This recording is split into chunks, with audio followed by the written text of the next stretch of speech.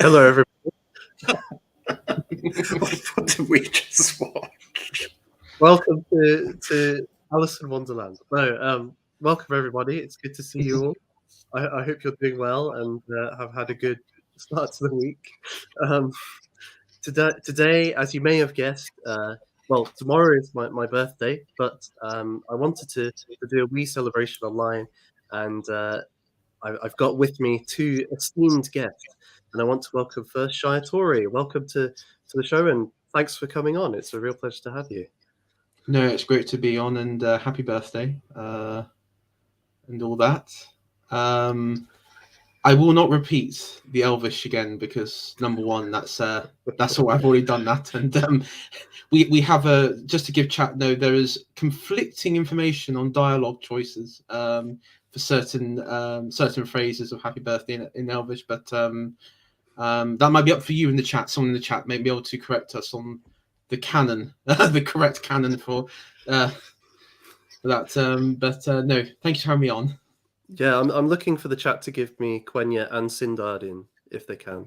But yeah, and just because I think this is the first time you've been on the channel, Shia Tori. It sounds crazy saying that, but could you just share with the audience a little bit about yourself and kind of what you get up to online? Yeah, so I started my YouTube channel, I think 2020, during the start of all the lockdowns and what have you, and it was a mix of I did a bit of like a few history podcasts, like on the Anglo-Saxon, especially I think Christianization of Kent was quite a popular video.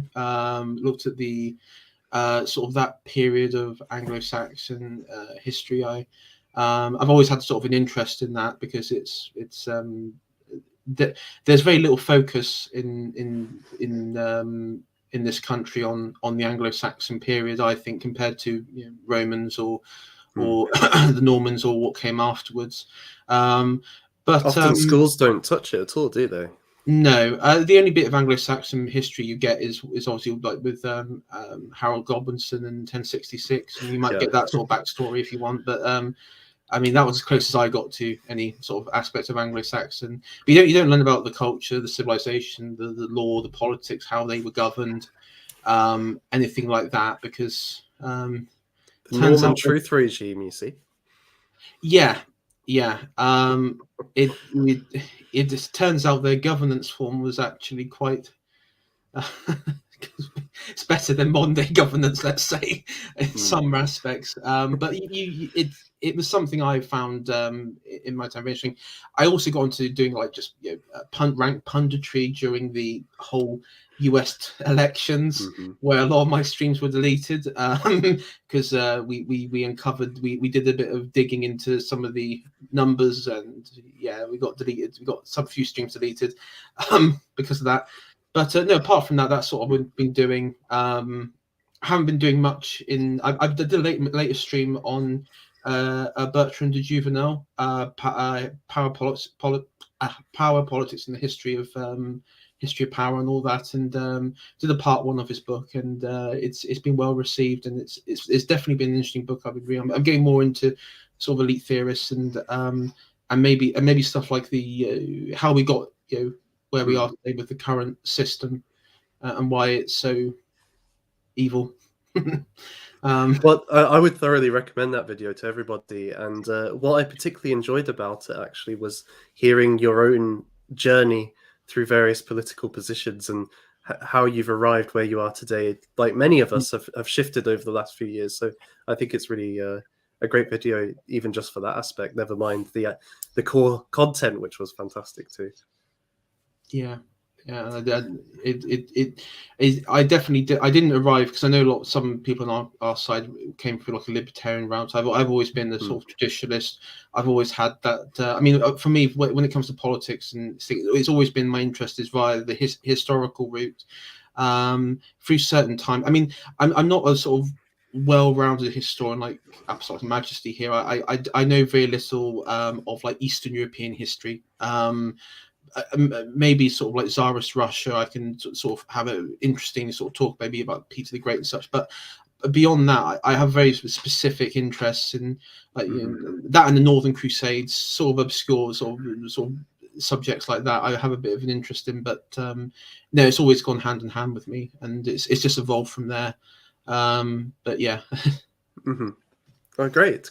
And speaking of which, I'm delighted to have on an old friend of the channel, Apostolic Majesty. Welcome, and thank you again for joining today. Hello, I'll just apologise for my outburst. I did enjoy. No, you don't need to I did enjoy apologise. your intro video, and It's a horror. and thank you, Al, for the brief mention. Albeit, once you dig around in so many historical subjects, the most the most sort of constant feeling you have is that of overwhelming despair, knowing that you know so little. Yes. Well, and of course, you know, people will know that we've been doing these talking streams together on the Silmarillion, and but although you've been on the channel a few times, I wondered, AM, if you could just say a little bit about how you've ended up here and in this kind of political position, because I'm not sure if people might not know that. Oh my goodness, that's quite a question to ask. Well, I don't really do rank punditry or political commentary on my channel. Only from 500 years ago. Only from 500 years ago. All I can really say is that I am essentially your bog standard, Catholic monarchist. There's nothing really more than that. And I've, as for my sort of deep sort of trajectory of my political sort of journey to this time, I don't know. It's a bit too dull, really. It's not nothing to write home about. So I'll just admit that if I can. Okay, no worries. Well, the main event for this evening is we're going to do a Lord of the Rings quiz. We have two brave challengers here, and what we're going to be using is the Lord of the Rings Trivial Pursuit. There's a nice big box there, but we're just going to use the questions from that. And as you can see, we've got two challengers. There was Turnip, unfortunately, is unable to make it tonight. But what we're going to do instead is the chat is going to be our third player. And I'll get into how this is all going to work in a second. Essentially, there's going to be 5 rounds of 5 questions for each contestant, and then a bonus 6th round, the mystery round. And each of those 5 rounds, each player will be asked a question in turn. And if the answer is right, you receive a point. If you get the answer wrong, the other contestants will then have a chance to steal the question. If they get it right, they get a point. If they get it wrong, they lose a point. So there's a bit of risk in here as well. And as for the chat, I'm just going to ask you all not to use Google, and as well, what I'm going to do is I'm going to take the first answer I see in the chat as the chat's answer. So if somebody rushes in and gets it wrong, that's it wrong. There's not going to be any debate or anything like that. So you've got to be sure you know what the right answer is when it comes to the chat's turn. And we'll see how it goes. We'll see what happens. So I'm going to give Shia Tori the choice of the first round, what topic it is. We've got 5 topics here that you can pick from. We can start with good characters, evil characters, places and history, things, or warfare.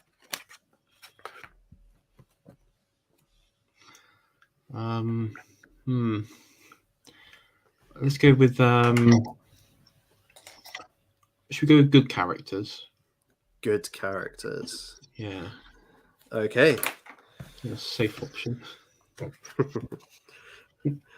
Okay. First question for you. Who is called the Lady of Light? The Lady of Light. Hmm.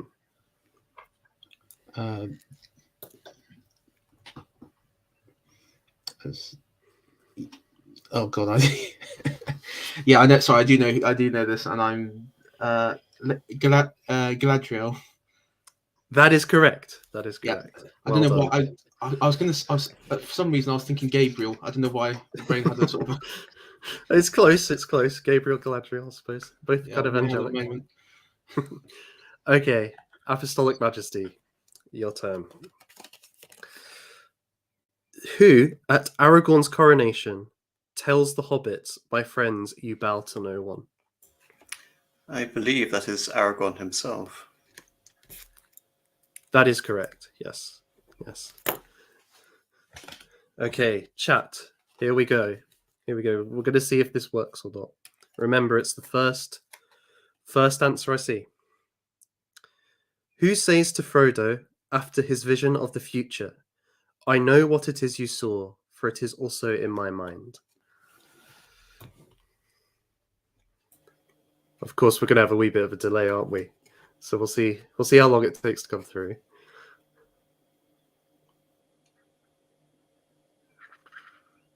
Byron Brand Stepwise is in there with Galadriel. That is the correct answer. Well done. Well done. Okay, we're back round to Shire Tory here. Oh, well done too, Vingle. I see your answer there too. Okay. Who does Denethor evict from the houses of the dead with the words, "Go now and die in whatever way seems best to you"?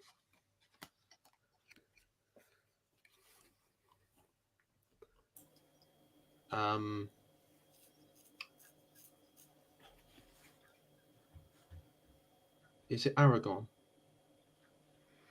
It is not Aragorn, I'm afraid. So, AM and chat, you have both a chance to steal here. Who's going to get in first? All right. Well, I will say it's Pippin. It is Pippin. You are correct. You are correct. I guess you've got the benefit of being ahead in time. In fairness, I am up against the innumerable hordes, the Legion, in that. So the forces of Mordor. A couple of seconds, I think, is fair. That's fair. Yes, yes. And the power of the internet. And it would have been wrong anyway because John Boy here with Mary, not Pippin. So you're well earned point there. So Apostolic Majesty for another point. Who recites, "Renewed shall be blade that was broken, the crownless again shall be king"? Who says it in the film? Who says this in the film? I'll read it again for you. No. I remember the quote. I just can't remember it being said in the film. I was going to say Elrond, but Vingle has already said it in the chat. Oh, don't be looking at the chat, AM, for answers here. Is that your answer? Yes, it was going to be my answer anyway. That is not correct, and as the chat has already said, Elrond, I can't take another answer. It is in fact Arwen. Yes, so no points there. Oh yes, I remember the scene now. She convinces Elrond, doesn't she, in that scene? That is correct. That's yes. Correct. Yeah. I realised, Shire Tory, I didn't give you a chance there to answer. I'm sorry. I'm sorry about. Bad rule master. Okay, I'll try harder next time. So, okay, so we are back to the chat. Okay. Who kneels when he first meets Gandalf the White?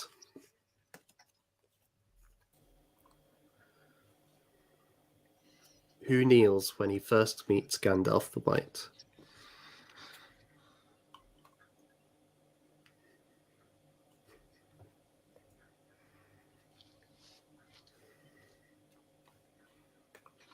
I'm actually going to accept two answers here because I think there is two answers to this. Well, I was thinking there was three as well, possibly. I can't precisely remember. But...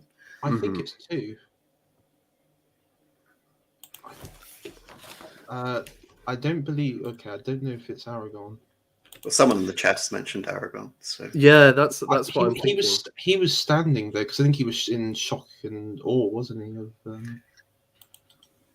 Yeah, he then does kneel, but I'm going to, as that's a bit of a fudgy question, I'm gonna accept Aragorn because I think he does kneel after he's afterwards.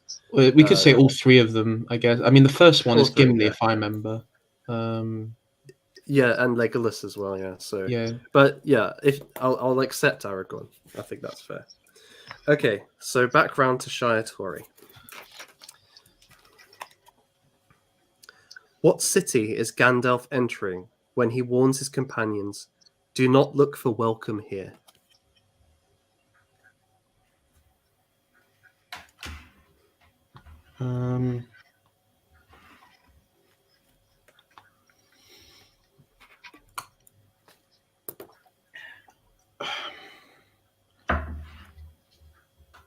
Okay, now you've got.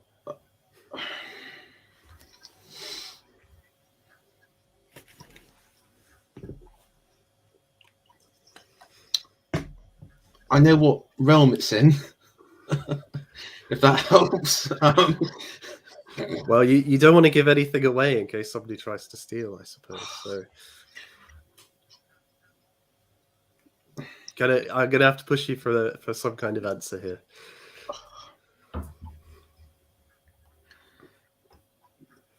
I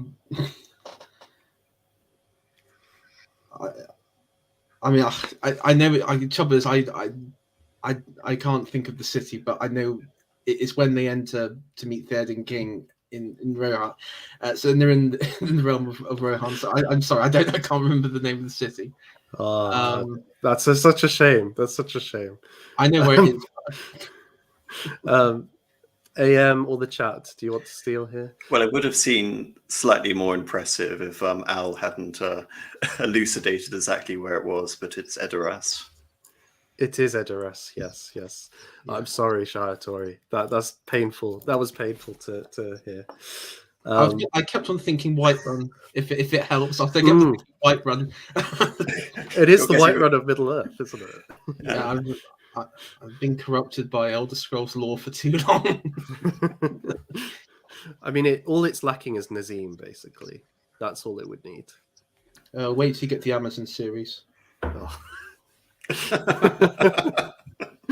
That was good. Okay, AM. To build on your lead, who is the only member of the Fellowship that Gimli refers to as Laddie? You might as well. I remember the is it the quote? You might as well accept it. We're going with you, laddie. And it's the moment where they're entering into the halls of the undead, and I think he's referring to Aragorn. He's with Legolas, but I think he's referring to Aragorn. That's right. That is correct. Well done.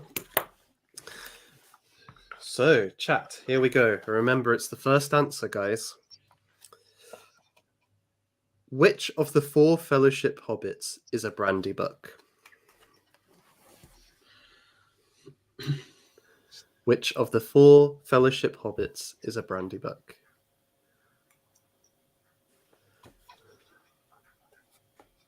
It is Merry Vingle. It is Merry. Also, AM, I was just thinking, I don't think that's the bit where it's Laddie, actually. I think it's when he comes back. And well, he also says "Bless you, laddie" in Bless Two you, Towers, laddie, yeah. when he comes back from the dead. Yeah, yeah. He says it twice. Oh, okay. Fair enough. No, he says "Bless you, laddie," and "We're going with you, laddie." I believe. Mm-hmm. Sorry, that's my my deep filmography lore. My deep filmography lore. Right, Shire Tory. Okay. Question 4. Who does Frodo recall counseling him? It's a dangerous business going out of your door.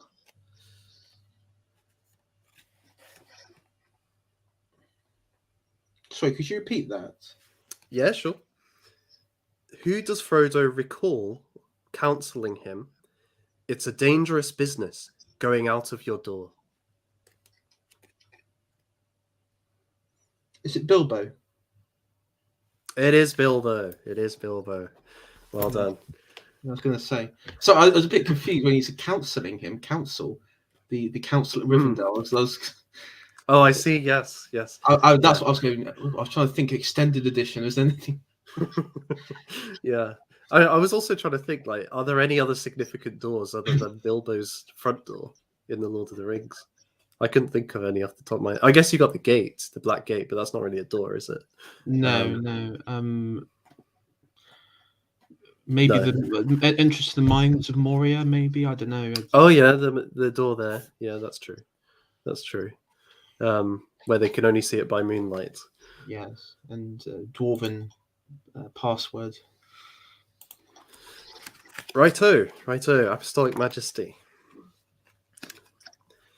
Which much abused hobbit falls down a fellowship leading 12 times during the Fellowship of the Ring? Who falls down a fellowship leading? 12 times. So, out of the members of the Fellowship, which one falls down 12 times? Okay, well, I'll assume it's Pippin. It is not Pippin. So there is a Oh. chance to steal here. Shiatori or the chat. I'm going to say. And remember, you lose a point if you don't get it right. Okay, well, I'm in it for a penny, in for the pound. I'm going to say Frodo because he falls down a lot, if I remember correctly. It is Frodo. It is Frodo. Yeah. Well done, Shiatori. And the chat just in there with Gimli. So I feel like that's a lost point. I'm afraid, I mean, guys. Legolas does toss him about. I mean, chuck him about. I mean, Yes, it's a family-friendly stream, Al. Just a reminder. Yes. Oh dear. Yes, Vingle, these are all referring to the film. It's Trivial Pursuit from the film. So yes. But yeah, so I believe we got one final question for this round. It's already been four questions each. So here we go, Shiatori. Who, according to Galadriel, has foreseen that the quest will claim Frodo's life?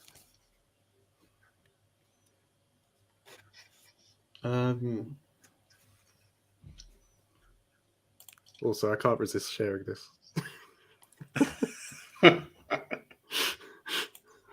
Probably get us cancelled for that sort of comment. It's Dorfist. that was when she met him in the Fellowship. I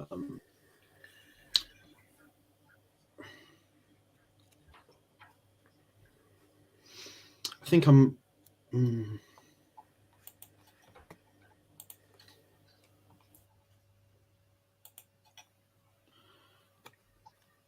Is it is it Lauren? Not Lauren, but Lauren. Is that it? That is not the answer. That is No. not the answer. Are you thinking of Lothlorien? I think yeah. That's what So I'm. that's I'm the trying place where they. But that's not Yeah. the character. No. Okay, fair enough. So AM or the chat has a chance to steal here. Elrond. It is Elrond, yes. Oh, okay. Okay, so Apostolic Majesty. Who instructs the members of the Broken Fellowship to disarm outside the Golden Hall? That is.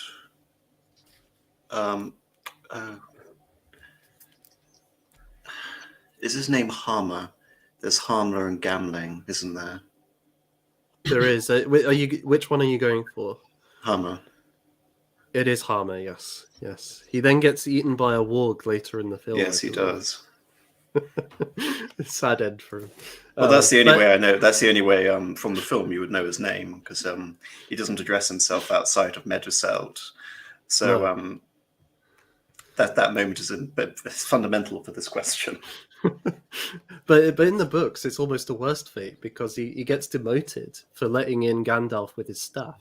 Theoden, even though Theoden's like grateful to Gandalf for being restored, he's like, Harmer, you're a bad guard. You know, you shouldn't have let him in with this. Theoden does have a point. A wizard being allowed a staff is quite an oversight. It does. I mean, I guess he's supposed to be like the Secret Service or something for Theoden. You know, so I could understand that. Okay, so final question for the chat on good characters. Who greets Denethor with the word that he's come with tidings in this dark hour and with counsel? And remember, it's the first answer.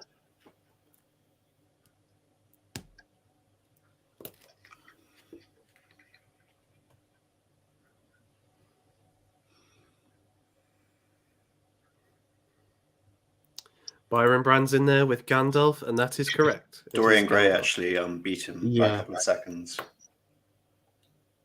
Oh, sorry. Yes, Dorian Gray. Sorry. Yes.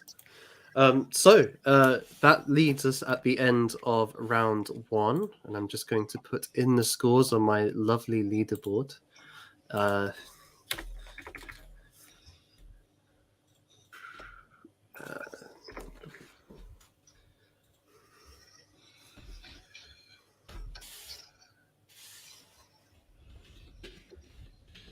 So in the lead at the moment is AM with 6 points, followed by the chat and Shiatori on 3.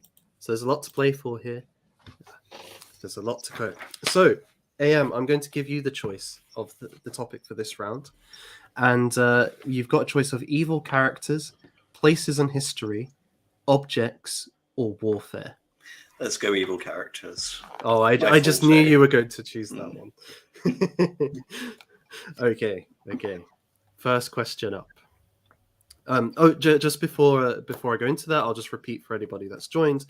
So each contestant gets a question in turn, 5 questions per round. The chat is playing as a contestant, and I'll take the first answer from the chat as the chat's answer. If somebody gets it right, they get a point. If they get it wrong, the other contestants have a chance to steal. However, if you get the answer wrong, you lose a point.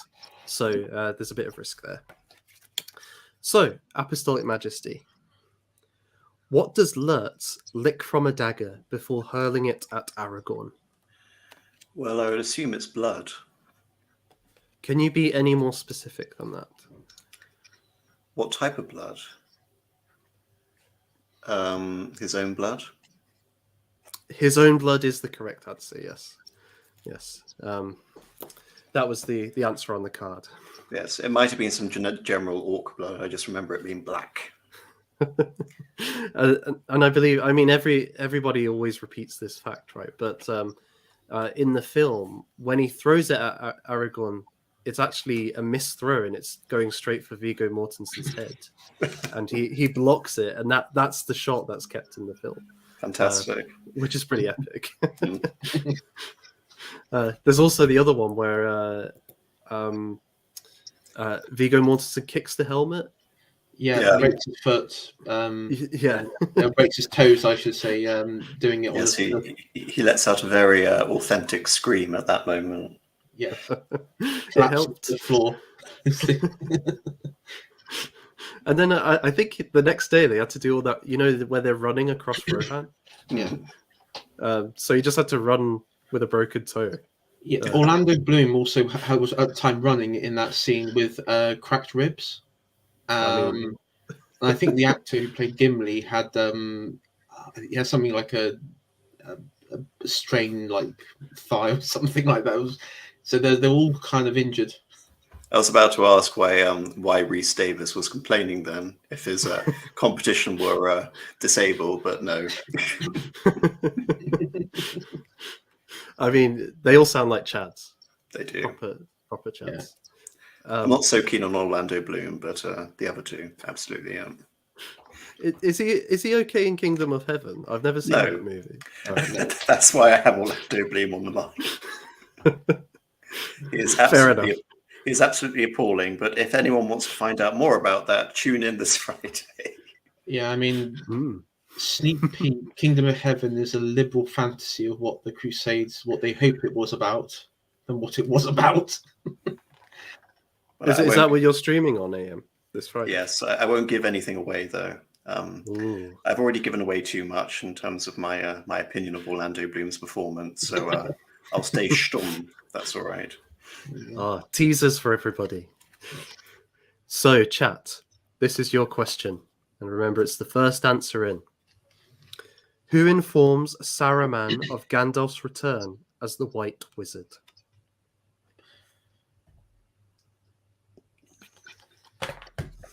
Who informs Saruman of Gandalf's return as the White Wizard?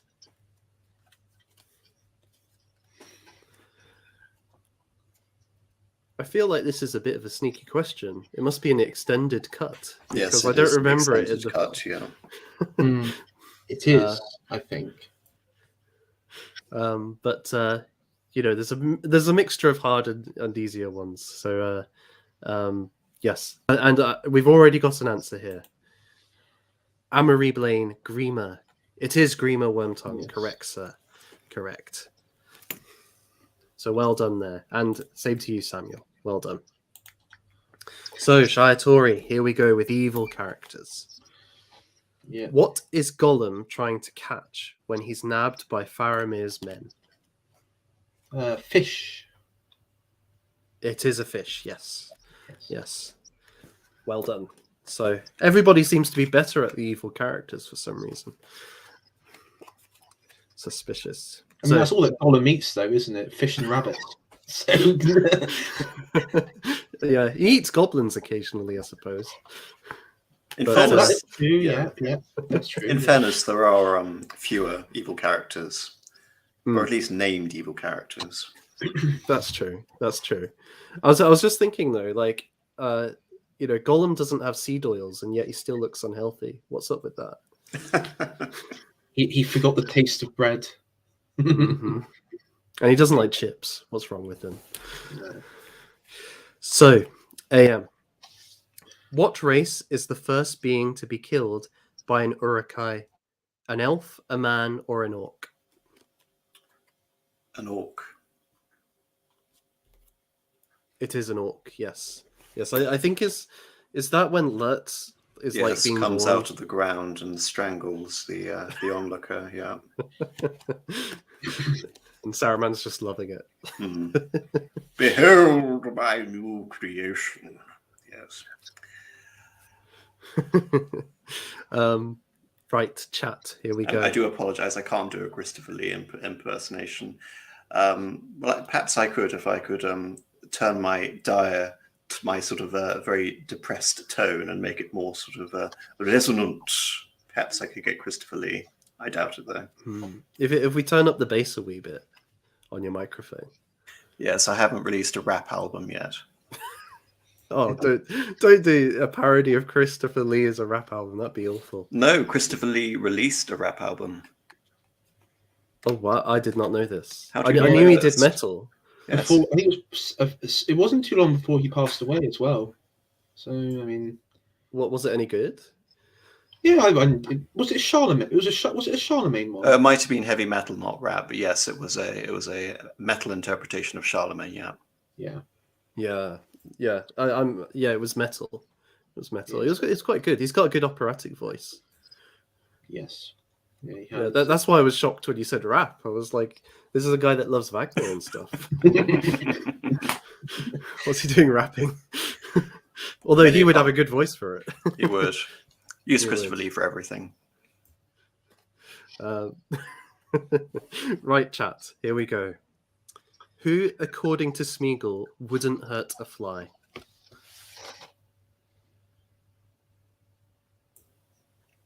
Sorry, is that question aimed at me? No, that's aimed to the chat. Okay, sorry. But apparently this guy owns a rap album by you. I want to know more.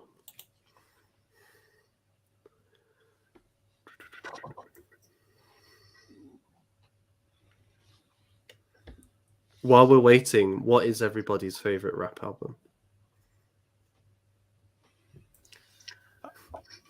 I feel that we should get AA on really to discuss this more in depth. Of course, of course. But I just wanted to have the absurdity of asking you two gentlemen what your favorite rap albums are. Well, I'll say my own is probably Straight Out of Compton. I'm too mainstream, I know. Sly sneaks. But yes, we do have the answer here. Oh, Vingle had it as well. Gollum / Smeagol. Yes, Smeagol wouldn't hurt to fly. So, Shia Tori. Yes. Yes, I noted you did not mention your favorite rap album, but I'll let that pass. I've said some things of what I think rap music descends from, and I can't repeat it on your channel. So let's move on. Fair enough. Fair enough. Well, Well, it is I'm demonic. just omitting because I have a prohibition on releasing certain details about my personal life into the into the public sphere. One of them's rap. I appreciate that. So, Shia Tori. Yeah. Who notes of Saruman after the flooding of Isengard? He doesn't look too happy, does he? Okay. These are all extended edition, aren't they? It is, yeah, and I do know who it is, and I'm gonna say, I think it's Pippin, if I'm absolutely honest. It isn't Pippin, I'm afraid. Oh, it's probably. So, AM and chat, you have a chance to steal here, if you would like. Well, it was a 50-50, and sadly, I think it's Mary. It is Mary, yes. It is. Oh, I'm sorry, AI. Al. Is it AI or Al? I never know. It is AI, but AA kept on calling me Al, so it's sort of all stuck. What does AI stand for? I always thought it was Al. Yeah, AI. The lore behind my pseudonym is rather interesting. It descends from when I went back in the day when I was involved with when I was actually actively involved with politics. It was a term a metrosexual conservative member of the party referred to me as in person as a criticism for me being from the sort of filthy hinterlands, and basically called me a Tory from the Shires, and then said I was robotic in my beliefs or something. So I went, oh, AI Shia Tory. There you go. That's the link behind the. Actually, I think that's the first time I really mentioned it on any stream. the thing, but I can see when I do it, I can see why it says Al. So I never really changed it. But so I kind of liked it for a bit. I thought actually it's quite nice, but it's a bit better than my idea. World exclusive origin story of Shia Tori. Yeah, it started in a snotty-nosed metropolitanite. Although, idiot. I mean, Jacob's saying that, Apostolic Majesty called you Al, so that is canon now. That is official. Yeah, I mean, my version is now just legends at this point. It's not. You're the George Lucas of your own story. I know. But that makes Apostolic Majesty Disney in this scenario, so I don't know how you take it. Well, there's no ambiguity as to the origins of my my pseudonym. Of course, it's simply because I'm the King of Hungary. Of course, of course.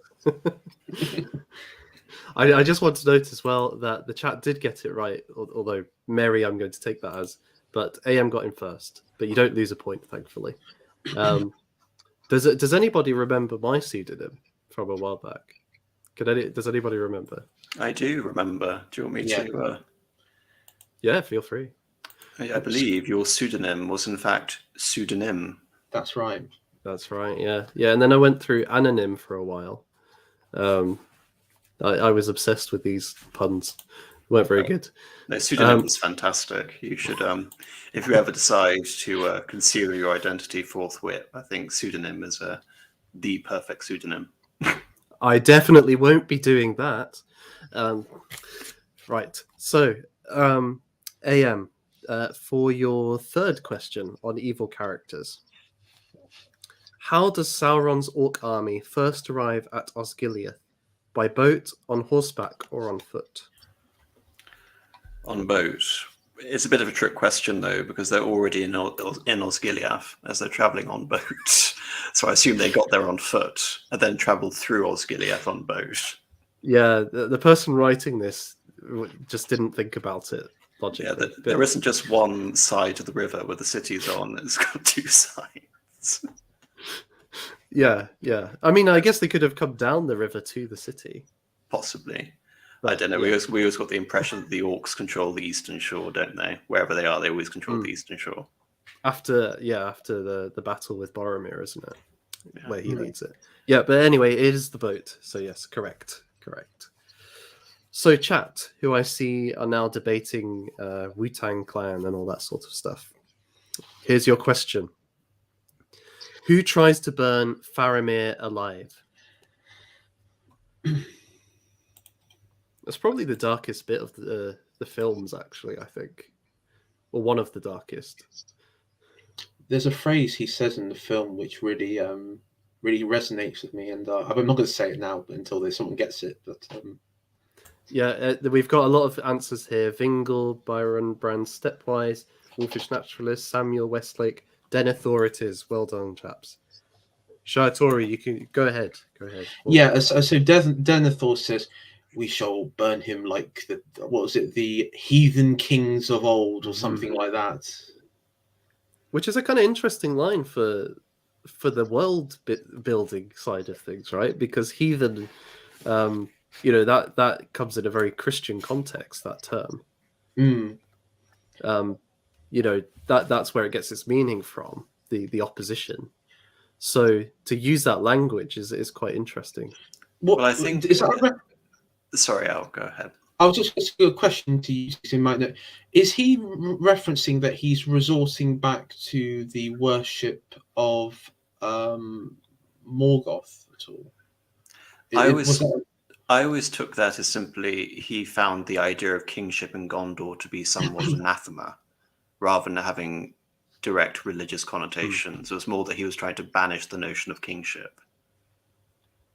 Yeah, and I suppose it's also seeing like the there's a sense in which the line has ended, and that but also in terms of the kind of bloodlines here, the Númenóreans coming to Middle Earth. So there was kings before that too, and so returning to the pre-Númenórean age and embracing that, and I think there's an indication that somewhere along the line, his line is not pure Númenórean blood. That's very deep lore. I don't know off the top of my head whether that's true or not. But I think there's nothing like that is referenced in the film, and the only sort of point you really have to go on is where he shouts at Gandalf, "The rule of Gondor is mine and no others." So obviously denouncing Aragorn. So Aragorn has to be, more than just, the rightful king. He has to be in some way anathematized by the present ruling regime. So he comes up with the word heathen. And I think we might look too much into the specific religious context, because there is no established religion in Lord of the Rings, apart from that brief stint in Númenor, where they briefly began to worship the cult of Morgoth. But I think that's so far removed from the Lord of the Rings, and also the context of the kings of Gondor themselves, that that'll be a very odd comparison to make, or insinuation. Unless, sorry, Shaitori. Because we take that as like I guess sort of a Christian, as you said, heathen Christian reference. I think Gandalf drops a bit of a Christian reference as well in the Fellowship. He says to the Balrog, "I'm a servant of the secret fire," or something like that. Yes, wielder of the flame of Anla, and that's going into the kind of creation story of Middle Earth as well in the Ainu Lindale. But the one thing I would say as well is that although there's not a kind of religion for the Númenórean kings as such, you do have the kind of veneration of the tree on top of the mountain in Númenor. So there is this kind of. When I mean religion, just to clarify, I mean established religion. Yes, in the sense that we're talking about clericalism. Clericalism doesn't exist, albeit there are allusions you can draw, for example, of Gandalf being the closest thing you have to a bishop or a pope. but there is no established sort of clerical hierarchy, monasticism, or anything like that you can assign to Lord of the Rings. No. Mm-hmm. Yes. Yeah. Anyhow, we better crack on. We've got a few more rounds. So is it your who's is it Apostolic? No, is I think it it's my. Shiratori next? Yes. Yes. Sorry. Yeah. Okay, here we go. What character in the Spanish language subtitles frequently uses the term of endearment, mi tesoro? You know what? I'm not even going to make you answer that question. That's a ridiculous question. We're going to have another question. What could you Mitra? Tesoro. Is it? I have interest because I don't count it, but is it Gimli at all? No, it would have been Gollum. I think it means my precious. Okay. But I mean, asking you, that's really if you know Spanish. So Yeah, I guess. Yeah. Okay, we'll try a different question. Okay. Who warned Saruman that Theoden will flee Edoras for Helm's Deep?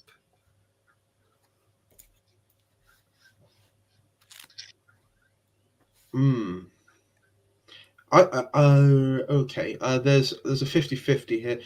I might get this right. It's probably going to be wrong because I know who. If it's not this one, it's the other one. I would say it's Wormtongue. It is Wormtongue. Yeah. It is. Well done, sir. Well, who was going to be your other answer? Sauron during the I guess you could say there's. I think there's bits in the extended where he's sort of communicating with Sauron. Build me an army fit for Mordor. The Skype call via the Palantir. Yeah. Oh, that's a cursed reference. Right. On that note, AM. Who first tells Frodo that Gollum was once Smeagol? That Gollum was once Smeagol. Bilbo. That is incorrect. So It would have been chance. Gandalf then, if not Bilbo. Sorry. Well, don't say anything more, because there's a chance to steal here. Shiratori or the chat? Would you like to? I think the chat has already spoken for. I think chat's already put Gandalf in. The chat has it then. The chat has it. Yeah, that would have been my one as well. But yeah. Well, you don't lose a point, Shiratori, so that's good. So the chat, you're on a roll here. Here is your question.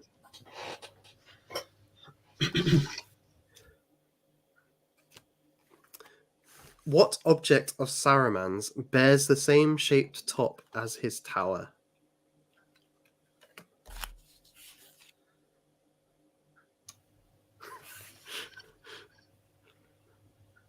Also, I'm just going to put this up.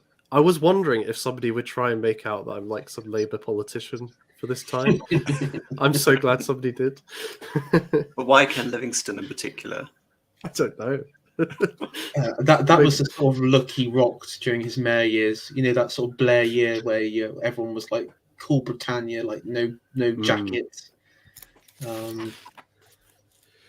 Well, the chat has it. It is the staff. It is the staff. Well done, everybody. So, Shiratori, here we go. Oh, okay.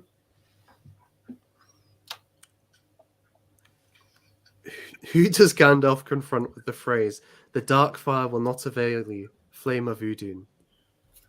That is the Balrog in Mines of Moria. That is the Balrog. That is the Balrog.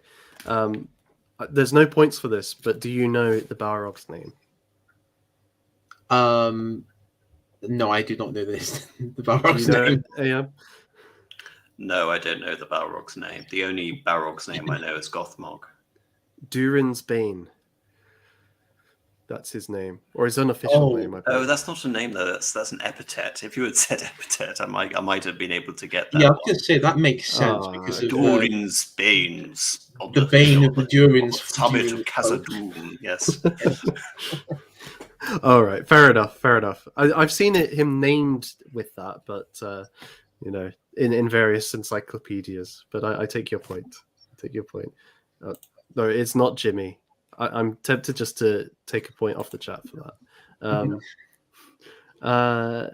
Right. So, AM, this is your last question from this round.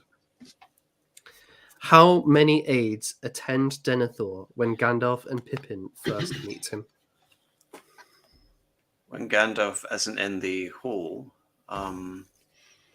aides. Well, the hall is empty, apart from them, unless you're counting probably 2 guards at the front. But in terms of the specific idea of aides, it's just them talking. There's no one sort of huddled around them. And if you're talking about guards, I wouldn't know. So, what's your answer here? So I'm going to say 2, just the 2 guards in the hall, but I'll probably be wrong. That is wrong. That is wrong. And I also see that Vingle has also put 2. So I'm going to take that's the chat's answer. So that is a point off the chat. Shayatori, do you want to Yeah, could you repeat the question? I will repeat the question.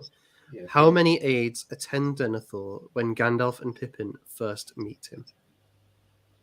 4. That is also wrong. So you lose a point, my friend. Oh, okay. It is none. It's a horrible trick question. Oh, okay. I feel really dirty for that question, but that I don't make the questions up. Chat, here's a chance to regain your lost point. Who, according to Aemir, has claimed lordship over Rohan?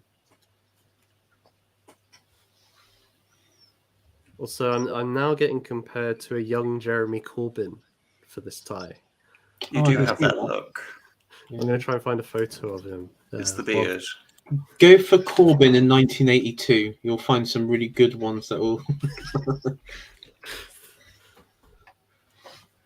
I was going to ask you, Al, why you were looking through historic pictures of Jeremy Corbyn, but anyway.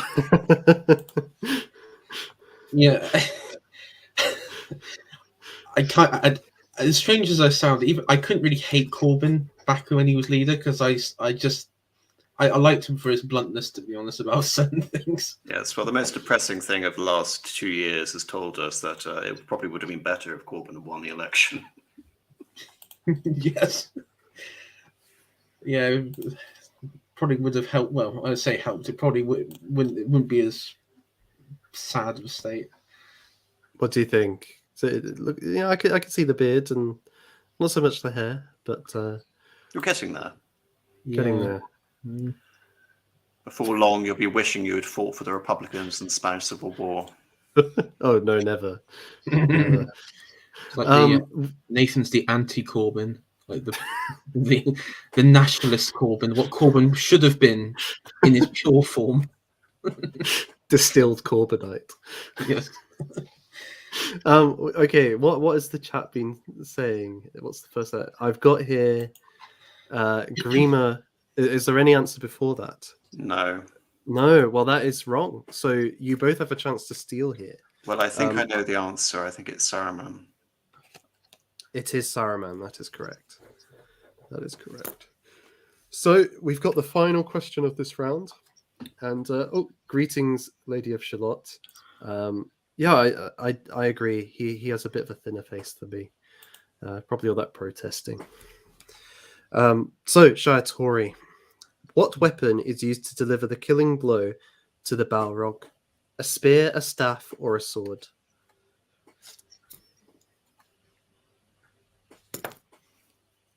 I would say a staff. That is incorrect. So there is a chance AM or the chat to steal. I'm going to say sword. That is correct. I think chat got it before me. I saw Vingle got in there, so I will give that to Vingle, to the chat. Okay, so I will just add into my lovely score sheet round 2. And what we have here. I'm liking how this is also doubling up as a lore stream as well. This is brilliant. This is a good birthday. Right. Okay, so I will update you with the scores as they are. So in first place is Apostolic Majesty with 11, the Chat with 8, and Shy Tory with 5. So, well, get a couple of those steals in there, and you'll be right back up there. You'll be right back up there. So, I'm going to give the chat the option here of which one they would like. You can either have places, things, or warfare. So, if somebody gets in there, what do people? I don't know how to make a poll. I'm such a boomer with the streaming. So we'll just see what people say.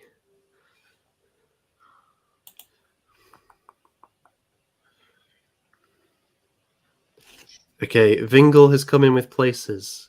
He was beaten, I think, by things. Oh, Samuel's in there first. I keep missing the first one.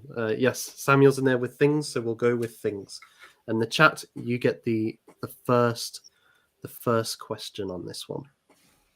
Make sure. Right. What garments do the elves of Lothlorien clothe the entire fellowship in? What garments do the elves of Lothlorien clothe the entire fellowship in?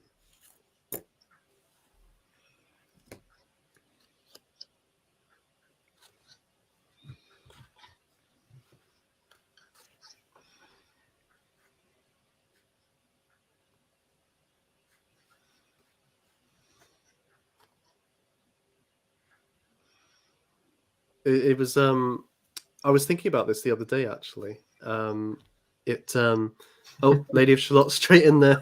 Here it goes. Acceptable answer. Acceptable. Yes, it is those cloaks which give them disguise. But after we were discussing, Doriath AM and the kind of clothing of various characters and how it's a real gift to be given these cloaks by the elves. I don't think anybody's allowed to leave the wood of Lothlorien as it is anyway. So it was in the film it's kind of passed over, but it's actually a really significant thing to give, and the Lember spread as well. I don't believe anybody about had to chime in with the Lembas as well, not to mention the light of Elendil. It's in the extended scenes. I think the bread has like a significant, like, it's explained in the extended bit. Like a small piece could fill you for, Yes, I don't believe I can't recall it actually being explained in the theatrical version. No, we suddenly have Lember spread at the beginning of Two Towers. Yeah, and deep reference here in the Children of Húrin, Beleg offers Turin Lember spread to eat. He's given it especially by Thingol, and Turin turns it down, and he would have been the first man to have eaten it. So the fact that the Fellowship are given this to eat and they accept it is a kind of redressing of this slight, I suppose. It's interesting that the first marriage between elf and man predates the first offering of Lembas bread across races. That's true. Somebody needs to write an article on that so we can discuss it. Sorry, since Lady of Shalott has said that, for some reason I've got an image in my brain of Frodo coming out of Lothlorien looking like Generalissimo Franco. That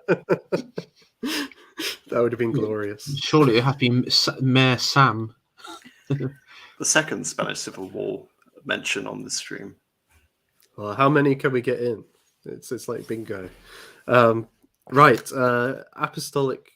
No, Shiatori. Shiatori, you're next up, aren't you? Oh, okay. So, which two members of the Fellowship wear full gloves on both hands? Getting a lot of fashion questions here. Which two members of the Fellowship wear full gloves on both hands? So, gloves that cover the whole hand, essentially. Okay, so Boromir is one. That's one, yes, I'll give you that. Okay, Boromir is one.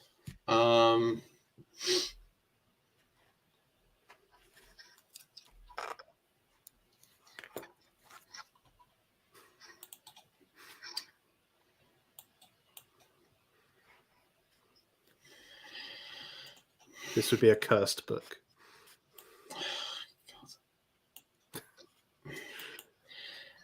It's frustrating. I don't think any of the hobbits wear any gloves. I don't think Aragorn doesn't wear any gloves. Gimli, I don't know if he wears any gloves. Legolas doesn't.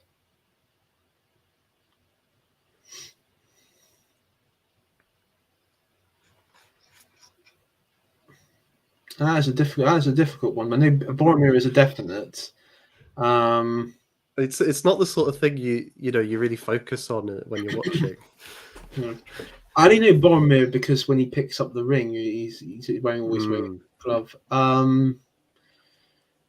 mean, if I was going to guess, I know Boromir is a certain one, so I would say Gimli because I know that that's the only one that I can think that would wear gloves. If I'm actually honest, Boromir and Gimli are the correct answer.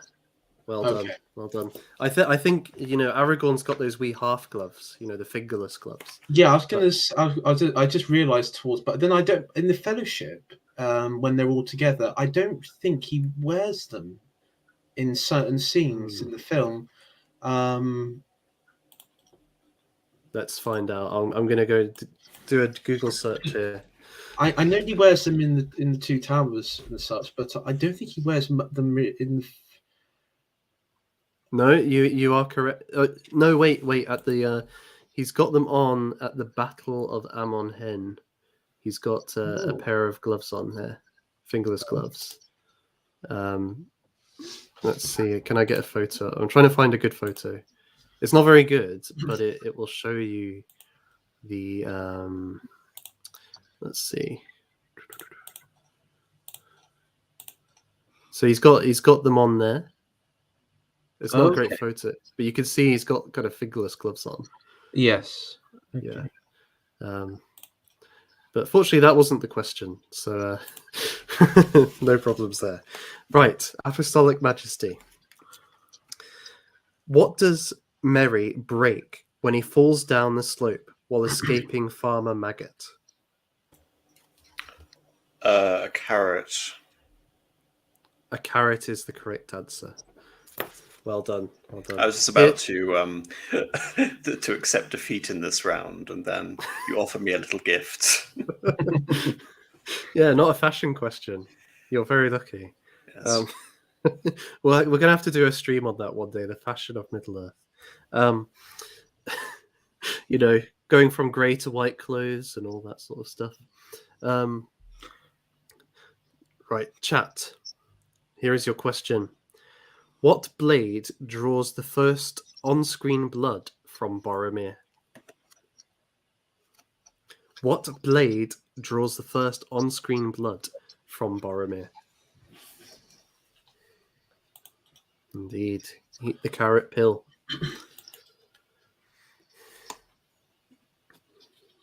I don't think this is a scene from the book, actually. But, can anybody expand on this answer? Shall I give it a go? Because I think I know. Well, one second, because I just meant in the chat because it was I wanted the specific name that they were referencing, but it is the Sword of Elendil. It is the Shards of Narsil. Yes, so that's the correct answer. I thought it was Narsil, but yeah, yeah, it was the same thing. Yeah. Right, Shaitori, here you go.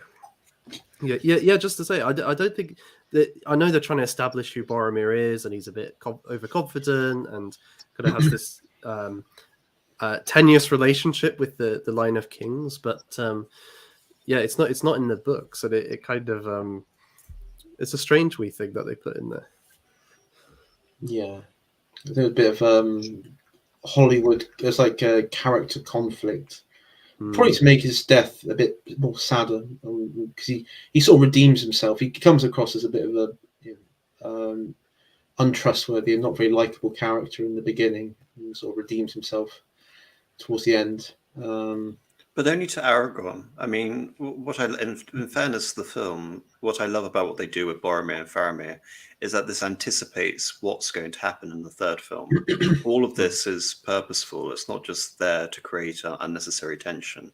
you're setting up the specific conflict between Aragon and the House of Stewards, which is going to resolve itself when Faramir accepts, and of course Boromir accepts Aragon as king. But you only sort of get that impression from Boromir's relationship with Frodo and with Aragon. But if you look at Boromir's relationship with Pippin and Merry, it's consistently good throughout the entire journey of the Fellowship. They're even playing with each other before the spies of Isengard come and investigate them before going up the mountain of Cahadras.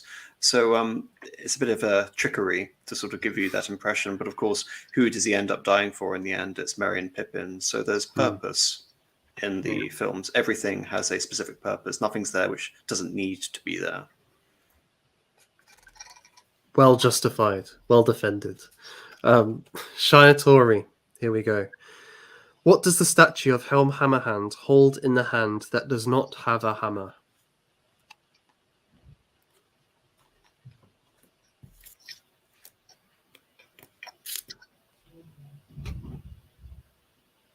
Any thoughts?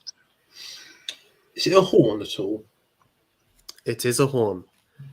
And I think this is a reference to the horn that Gimli blows at the end of the battle, right? Yeah.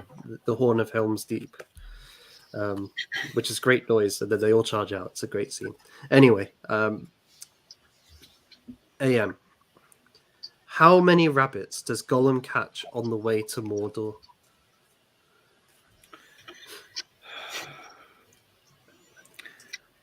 I'm going to avoid the trick question. I'm probably going to be wrong, but I only recall the one scene, so I'm going to say 2.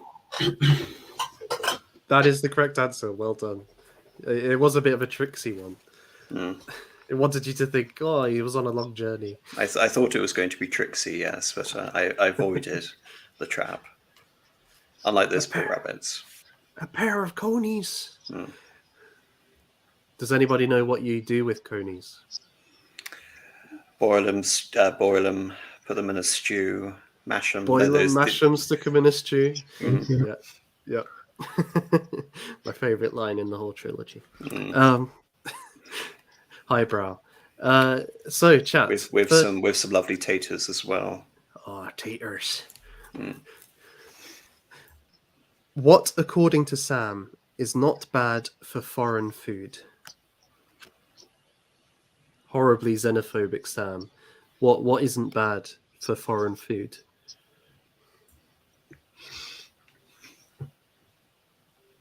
And this is for the chat, by the way, if that wasn't clear. I feel like we've got a delay because people are making potato jokes here. Unfortunately for this question.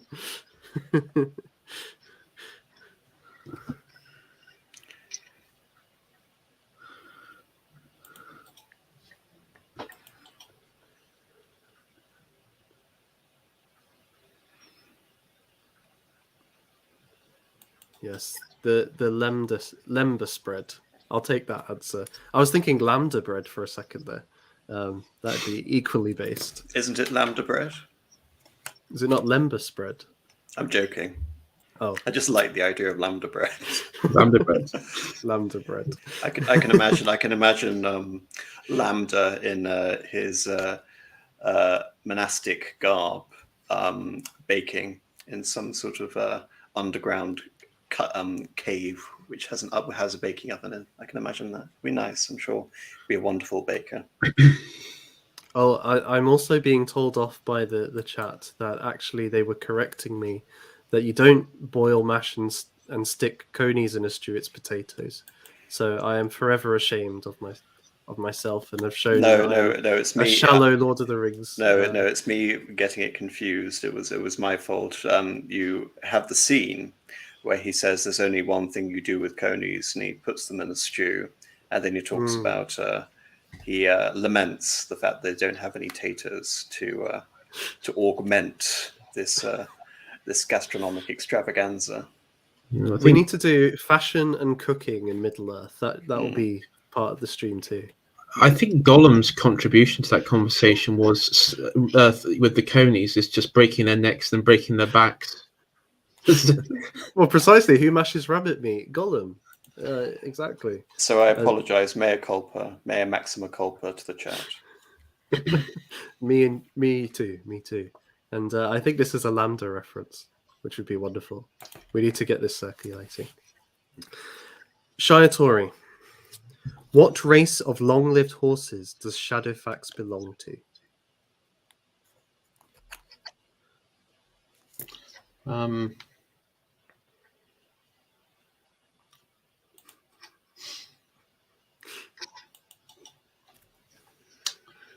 You know, I don't. I remember it's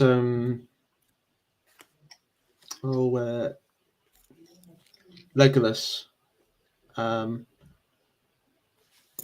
Something Mare. I cannot remember. You know, I cannot remember now. You do not recall. I do not recall. No, it's something Okay. Mare. I think it's something like that. Well, I think the chat has already got it to steal the Miras. Okay. So I'll give them. I'm going to be horribly competitive here and remind everyone that it is in fact the first answer, which is either right or wrong, and Moray was the first answer. So it's up to Nathan's discretion to choose whether that counts or not. Well, you haven't given me an answer, but that's kind of superfluous, I suppose. What am I going to say here? You are technically right, AM. So I am going to have to withdraw a point, but I can't give you a point given I just said the answer before I gave you a chance. So I'm sorry about that. No. I this was my tact. I decided that if I wasn't going to get a point, I was going to deprive the chat of one. Yes, Jacob is completely correct. Absolutely ruthless. True colors showing. It's glorious. It's glorious. Hopefully, here is a chance for you, chat, to get some revenge. Let's see. Apostolic Majesty. Which hobbit wears a scarf? You are now getting the fashion questions. All right. I'll probably get this wrong, but I think it's Pippin. Yes, it is Pippin. It is Pippin. It's that scene where they're in the snow. I can visualize it now. Yeah. With that kind of burgundy scarf or something. I might be wrong, but I'm also thinking. Actually, no, I probably am wrong. But I've got the second breakfast image of Pippin in my mind. He might not be wearing a scarf there. He's probably definitely wearing a scarf in this. I think that's the same scene. Yeah, when they're walking from Bree. Yeah, they're sort of still wearing their best clothes at that point. Best scarf. Yes. Right, chat. Here you go. Question 4. What token of her immortality does Arwen give to Aragorn at Rivendell? Remember, the first answer is the answer for the chat.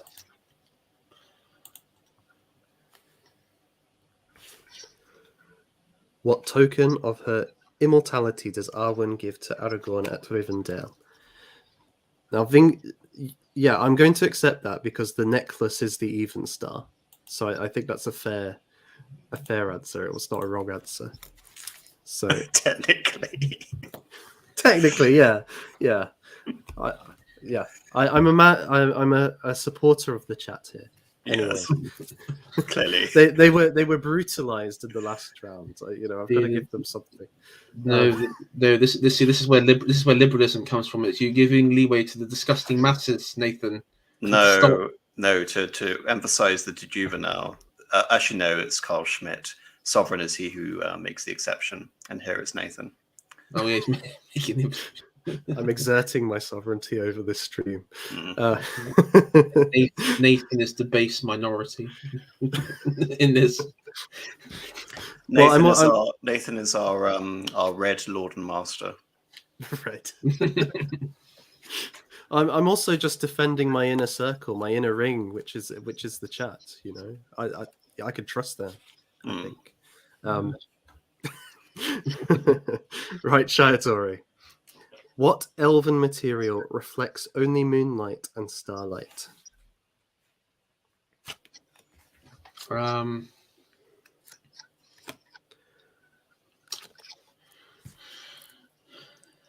uh,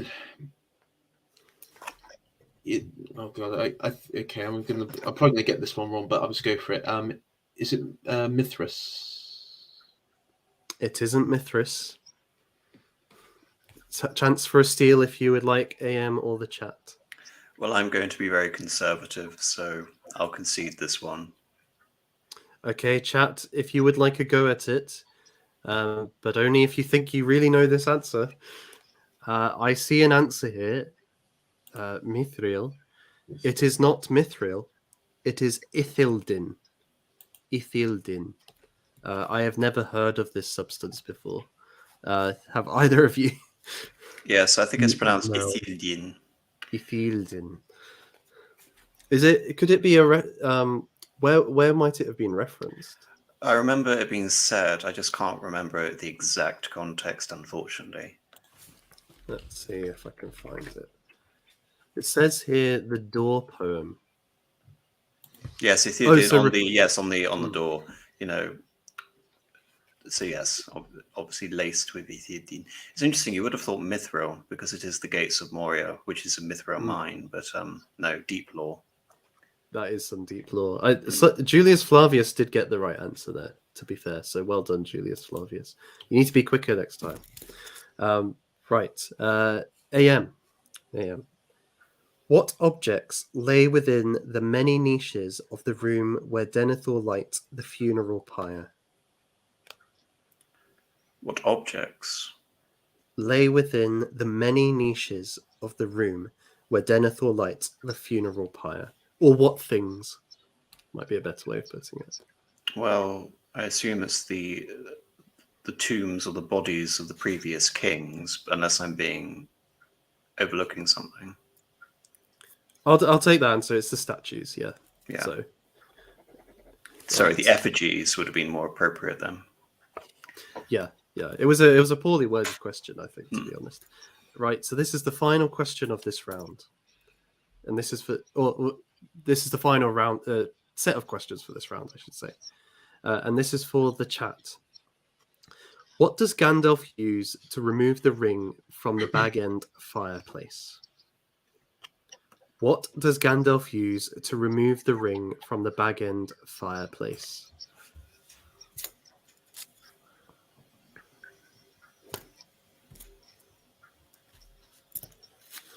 Vingor is in there with tongs. That is correct, sir. Well done. Bit of redemption there.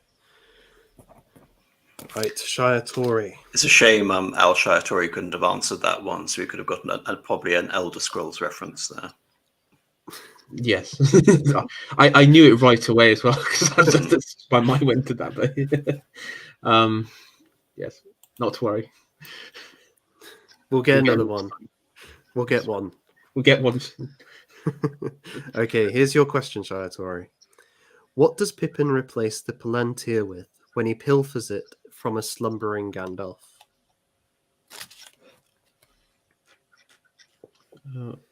Okay, this isn't my final answer. I know it sounds strange, but I want to say like a satchel of wine.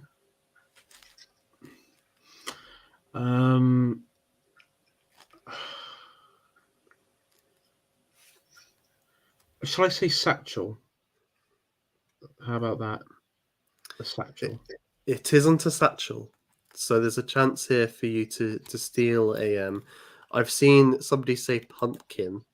No, I am unsure if this is a genuine answer. But who are you to decide? How can you tell? But again, I've seen you're pure Schmidt here. But no, I've also seen cloth. So there's two wrong answers there. So that's an answer off for the point off for the chat. So you can steal here, AM, if you're able to. Yes, well, having the mind of cogs and wheels that I do, I'm going to say it's probably worth it for the chat to lose a point. So I'm going to pass on this question.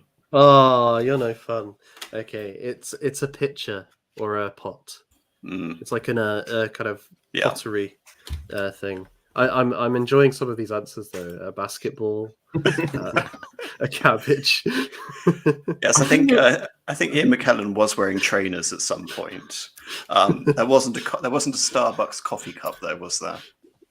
Oh, some Game of Thrones references here. Yeah. Right. Well, I shall add the scores for this round up.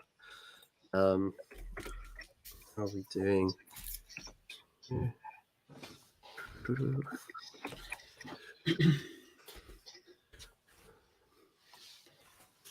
So that round, AM got 4 points and is now on 15. The chat got 2. They got quite a few right, but they risked too much and got quite a few wrong, and so they're on 10. And Shiatori, you're on 7. So you're staying equal parallel with the chat here. Right. So, Shiatori, I give you the choice of warfare or places and history. Well, I'm gonna have to go for warfare. Because I'm not going to get the places names right in this. Okay. Who claims during battle to be a servant of the secret fire? Oh, well, I've already said this, haven't I? On the stream. You have said this. So that would be Gandalf. That is correct, sir. That was a nice, easy one to begin with. You chose well. Right, Apostolic Majesty. Who must be forcibly returned to the Hornburg when the order to fall back is given? Who must be forcibly returned to the Hornburg when the order to go back is given? Who must be forced? What does that mean? As in, sorry, I was thinking more of this as some sort of basic strategy. Okay. No, it's probably an individual. I love where your mind went. It was so beautiful. I wish that was the question. What is the proper protocol? Okay, well, it's either Legolas, Gimli, or Aragorn. I'm just going to say Aragorn and risk it. That is incorrect. So, Shiatori or the chat has a chance to steal here if you would want to. So, sorry, could you repeat the question? I can repeat the question. Who must be forcibly returned to the Hornburg when the order to fall back is given? I already see the answer in the chat, which is Gimli. Oh, you could give chat then. Yes. And I also want to acknowledge that there is some proper deep lore here. Somebody in the previous question said Aloran. Those of you who know your Silmarillion will know this is a reference to a possible reference to Gandalf's former name. It's a matter of debate amongst Tolkien scholars, I believe. Chat, here is your question. What creatures are near when Sting begins to glow? What creatures are near when Sting begins to glow? So just say thank you for joining, Samuel. It's been a pleasure to have you in the chat. And thanks to everybody who's been tuning in so far. It's been a good quiz.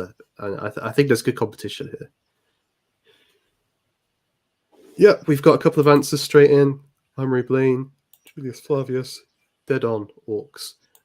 Or in The Hobbit, goblins, I suppose, would be the other answer. Anything in Mordor, basically.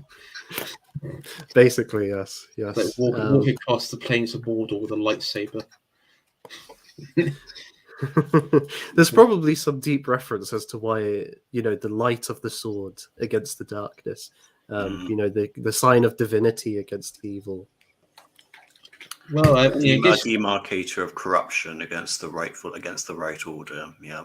And of course, Frodo, the characteristic of the sort of various characters, Frodo is very much like a prophet in many ways. Gandalf, the Lawmaster, and there was a great. People could find there's a Catholic professor, I think, in Texas, who did a marvelous piece on sort of deconstructing the various qualities of Christ throughout his life, and then how that applies to the characters in Lord of the Rings, which, with Aragorn, the king. Yeah, so Aragorn the king, Frodo the priest, and Gandalf the prophet. That's right. It's Yeah. good. Yeah. Yeah. Which is a nice little trio of offices there, isn't it? Mm. Yeah, and I suppose as well, there's an interesting thing though in terms of the sword lightens up in the presence of evil, so evil in a way helps us to see what the good is, I suppose as well. Would be an interesting kind of interpretation of that. Yes, I'm sure if such a thing as this existed in our universe, then it would have to be cancelled. It already has been, I'm sure. Mm. Yes. So I just saw a comment on there. I was just imagining turning up to a BLM protest with Sting, and then Sting just go wild. Steady on, none of that. Don't worry, I was thinking something more controversial, but I shall stay my tongue. Please do. Right, moving on very quickly. Shia Tori. Who kills the Uruk that slew Boromir?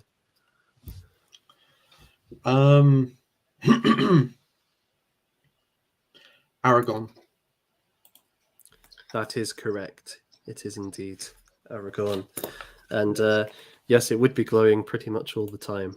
Except here, I think it would be dim amongst us, eh?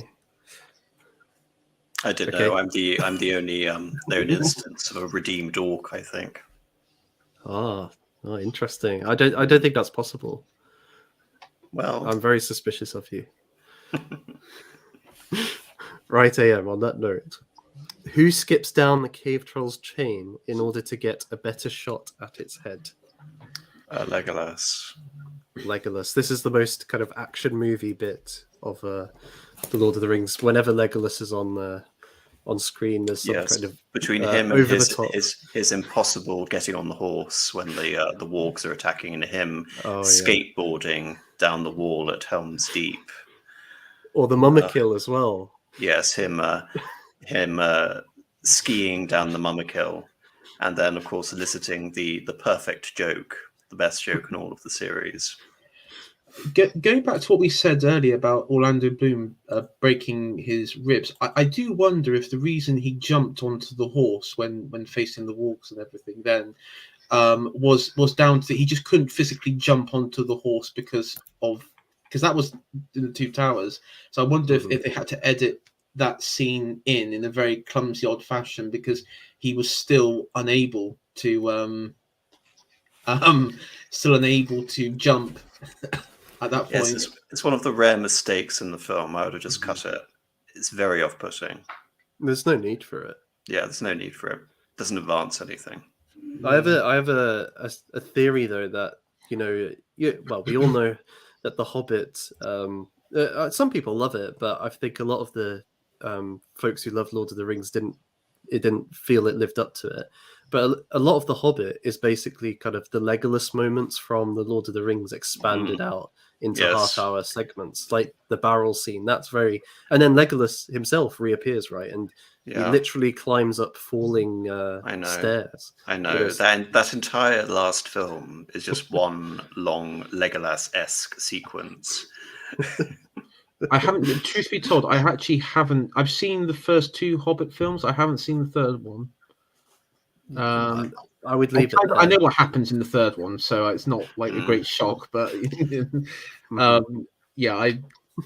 there's several things in there which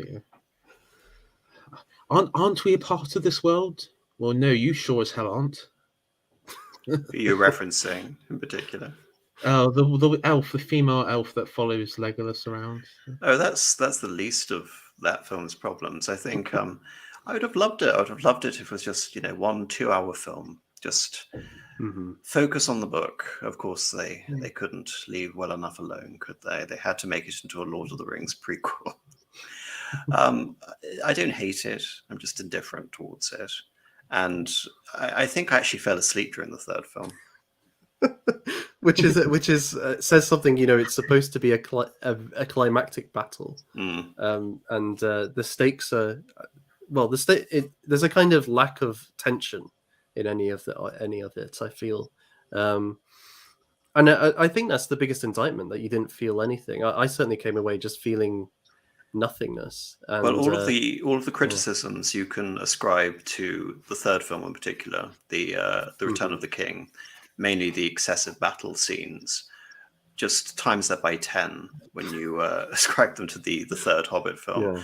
There is an absence of tension. The action is absurd and without motivation, and as a result of it, I mean, the whole sort of Azog the Orc, who doesn't, of course, even appear in the books, who is the main antagonist. They had to have an antagonist for some reason, and they chose him.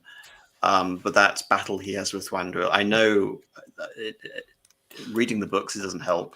I know Tholin Oakenshield is going to die. I just don't have to have it, played out over 45 minutes. I know what's going to happen. So hold on, he's called Azov the Orc. Azog.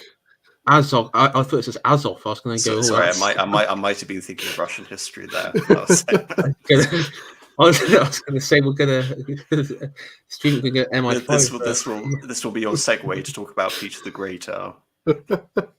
This is some like deep priming for the West, Yeah. you know. Yeah. We're going to de-orcify Mordor. Gondor's going to de-orcify Mordor. Special operations. That power in the east, you know, the shadow in the east. No, Vingal, we are not making such references. Yeah, I think you know, I'm going to make a bit of a controversial comparison here, but I mean, The Last Jedi did a lot of things that I disagree with fundamentally, but I appreciate it much more because I at least actually felt angry at it. Correct response. I was worried for a second. You know, I actually had a feeling about it, even if it was anger. It was worth it. Well, I understood the Sith rage and revenge. Let the hate flow through you. You know, give in to your aggressive feelings. Maybe it's also the sense of like the film actually like tried to be your enemy as a fan of the old stuff, whereas the Hobbit isn't trying to be your enemy. So it's all the stuff that you're angry about is or you're just apathetic about it. Oh, sorry, I'm seeing into the chat. I have to do it. Do it. Do it now. Do it. Right, where was it? Your question next, AM, or is it the chat? I don't know. Give it to the chat. It's the chat's question. I've just double checked. So the chat, you have a question to do here. Who single-handedly engages a troll at the Battle of the Black Gate? He does indeed.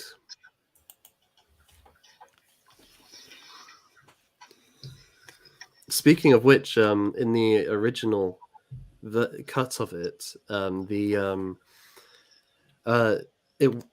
this character who fights the troll was meant to fight Sauron at the end, and I'm very thankful that they didn't do that.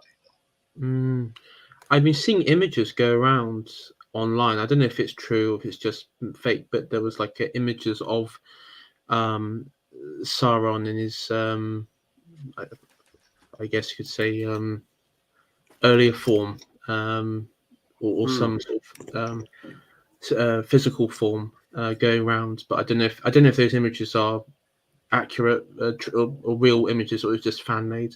I would actually put this as a point of criticism, because everything about that scene, everything slows down, and Aragorn looks at Baladur, and the Howard Shore music just quiets down, and almost as if we're entering into those, Saving Private Ryan moments, and it anticipates Sauron coming onto the battlefield as his beautiful form, which of course would be non-canonical because he can't actually appear as that, and then manifested as the great warrior king with his mace. But I actually think that when I first saw it, and it's something which I've felt ever since, it actually confuses me, because it does anticipate Sauron arriving, and instead you're just facing against a random enemy. So I wouldn't actually be adverse with the film as shot as it is now if Sauron were actually there. So I might have to disagree with you. Ooh. I almost feel it needs to be edited more out. And I think almost editing Sauron in would be less egregious than the current situation we have now, whereas it's anticipation for Sauron, which never pays off. I think the original reasoning for Al was to draw focus away from Frodo and Gollum, and to question as to where the original battle was. But I don't know. I think it would have been, to my mind, more momentous, more of an achievement if Aragorn was fighting to no avail against the physical manifestation of Sauron, and then it was Gollum who destroys him, and Aragorn is completely helpless against that. I feel that contrast actually might have emphasized and elevated the achievement, but that's just my point. I was going to I think Absolute Majesty probably mentioned it in this point, but the entire score, which if you want to listen on YouTube, I highly recommend, because I listen to it at least once a day, The End of All Things, in that scene where you have Gollum and Frodo wrestling over the ring and Mount Doom, and you have the fighting in front of the Black Gate. And for me, I always see it as like a just struggle between just good and evil at that point. Literally, that is the moment of truth of which one will prevail. I think, I mean, I would maybe say it's quite good that Sauron doesn't appear, because one thing that I always think, and even though Sauron is obviously the overarching villain in this, but the visual villain on screen is the ring itself, because the ring, it does actually, it changes shape, it changes form, it has immense influence in destroyed Boromir, destroyed Gollum, and so in many ways it's I would say it if Sauron was to appear, I think it would take away the power element from the ring. And that's something why I think the scene why Sauron not appearing is okay. I mean, of course, you do have that bit of the scene where the eye points toward, because the idea is, as you said, it's a distraction technique. The eye points towards Aragorn, and so you do have that sort of face-off in some aspect with Sauron and Aragorn. But no, I think I think overall it's still the end of it highlights what they were trying to defeat, and that was just the ring itself. I don't know. I always thought just we'll go on this tangent. Why not? If that's okay, Nathan. Go for it. I'm enjoying this. I always thought that the moment where he was just fighting the cave troll was a bit anticlimactic for me, because I knew in that moment I was entirely focused on Gollum. Gollum at this moment was holding on to the invisible Frodo and about to bite off his finger. I didn't care what happened to Aragorn at this point, because he was just, not only was he fighting a battle which was only serving as a diversion, which had now been lost because Frodo was now wearing the ring. So everything they were actually doing in the battle itself was now pointless. The diversion had failed. Frodo was wearing the ring. The fell beasts with the Nazgul were going to Mount Doom. Gollum was no about going to take the ring. So everything was almost focused on the Battle of Mount Doom. And what is Aragorn doing in the face of this? He's just fighting some sort of nameless enemy. I always felt that actually took away a bit from Aragorn and put too much focus on that. And I feel one of my weaker moments for the Sauron is the ring. Yes, he is the ring. But that's his essence. As we saw, he has a physical form which can be destroyed. And this is bringing it back to the prologue at the beginning. We see the physical destruction of Sauron again at the beginning. And I feel that having the prologue and then having him destroyed at the end correctly would have been sort of a nice, again, bringing everything full circle as the ring. And I felt that the destruction of Barad-dûr was a bit silly in the film. I felt the idea of the entire fortress being tied to the personality of Sauron and the Eye that always takes me out of the film. The fact that not only does the whole tower get destroyed, but the whole entirety of Mordor gets destroyed with it. Just little things like that take my mind off it, especially when you realize that most of the structures existent in Mordor are Gondorian structures as well.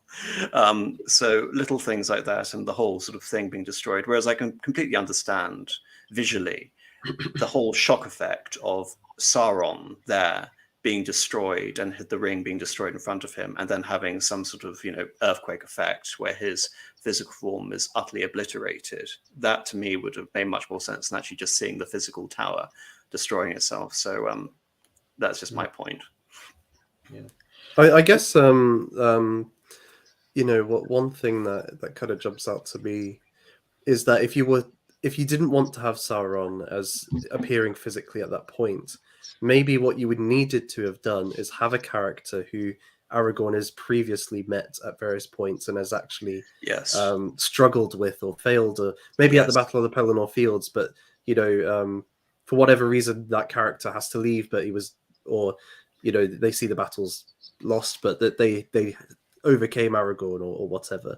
So that would require some rewriting and whatnot, but you could have maybe like the mouth of Sauron. Yes, I was just about to say the mouth of Sauron could have been a quite convincing adversary. You could imagine him, at the beginning of the battle, relaying terms to Minas Tirith, or something like that, and then he reappears later on. And again, his whole death in the extended version is a bit anticlimactic. Oh yeah.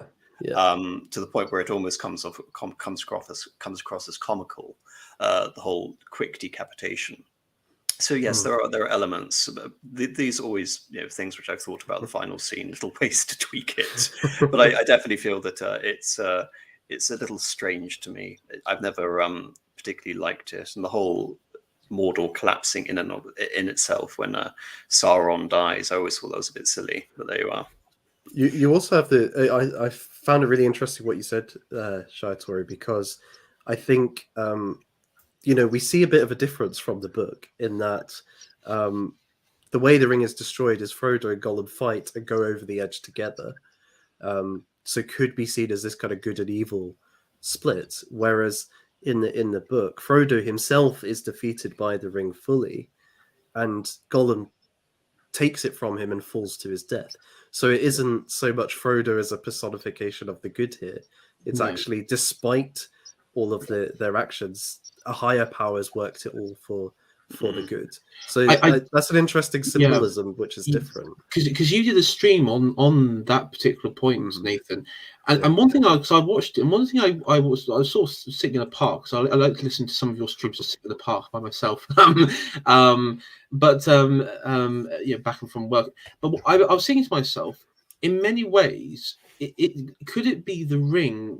We say that Gollum or Frodo destroyed the ring, but in many ways, I would say the ring kind of destroyed itself because it robbed both characters, especially Gollum, of their just complete senses.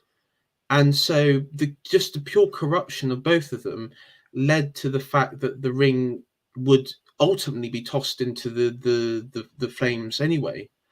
So, I mean, I do wonder if there was, as you said, there was like some divine providence on the fact that it was all corrupting, that, especially you see it in the film as well when they do both go over, is the fact that they're fighting there and then. Obviously, their senses at that point have been robbed. They're not, Sam is saying, what's he waiting for? We need to go and all that sort of stuff, because standing in the volcano.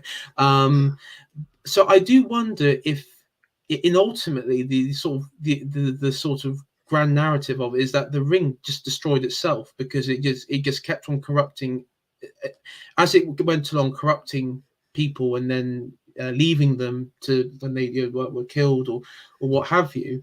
It got to the point where its own corrupting nature just caused itself its own downfall. I can see that aspect of it. It's one of, I guess you could say it's one factor or one factor in its downfall. Yeah, and you could tie this in with the fact that Gollum swears by the ring that he will serve Frodo and doesn't, and so the ring in a sense also fulfills or punishes Gollum by his own oath. So Yeah. so there is that aspect too. Its cruelty knows no bounds, even to its own destruction. Yeah, Julius Flavius. I think the ring ran into too many factors, and I think that's probably actually sums it up. Really, is the ring probably got a bit too overconfident in its will, and it's.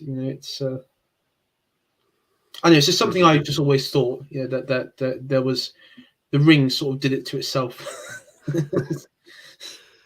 AM, did you want to come in there?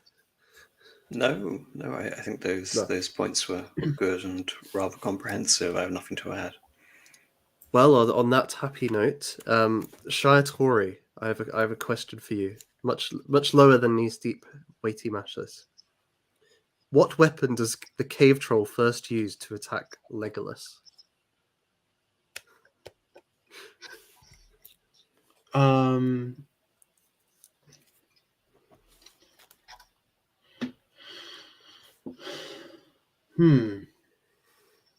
Okay, that's a bit.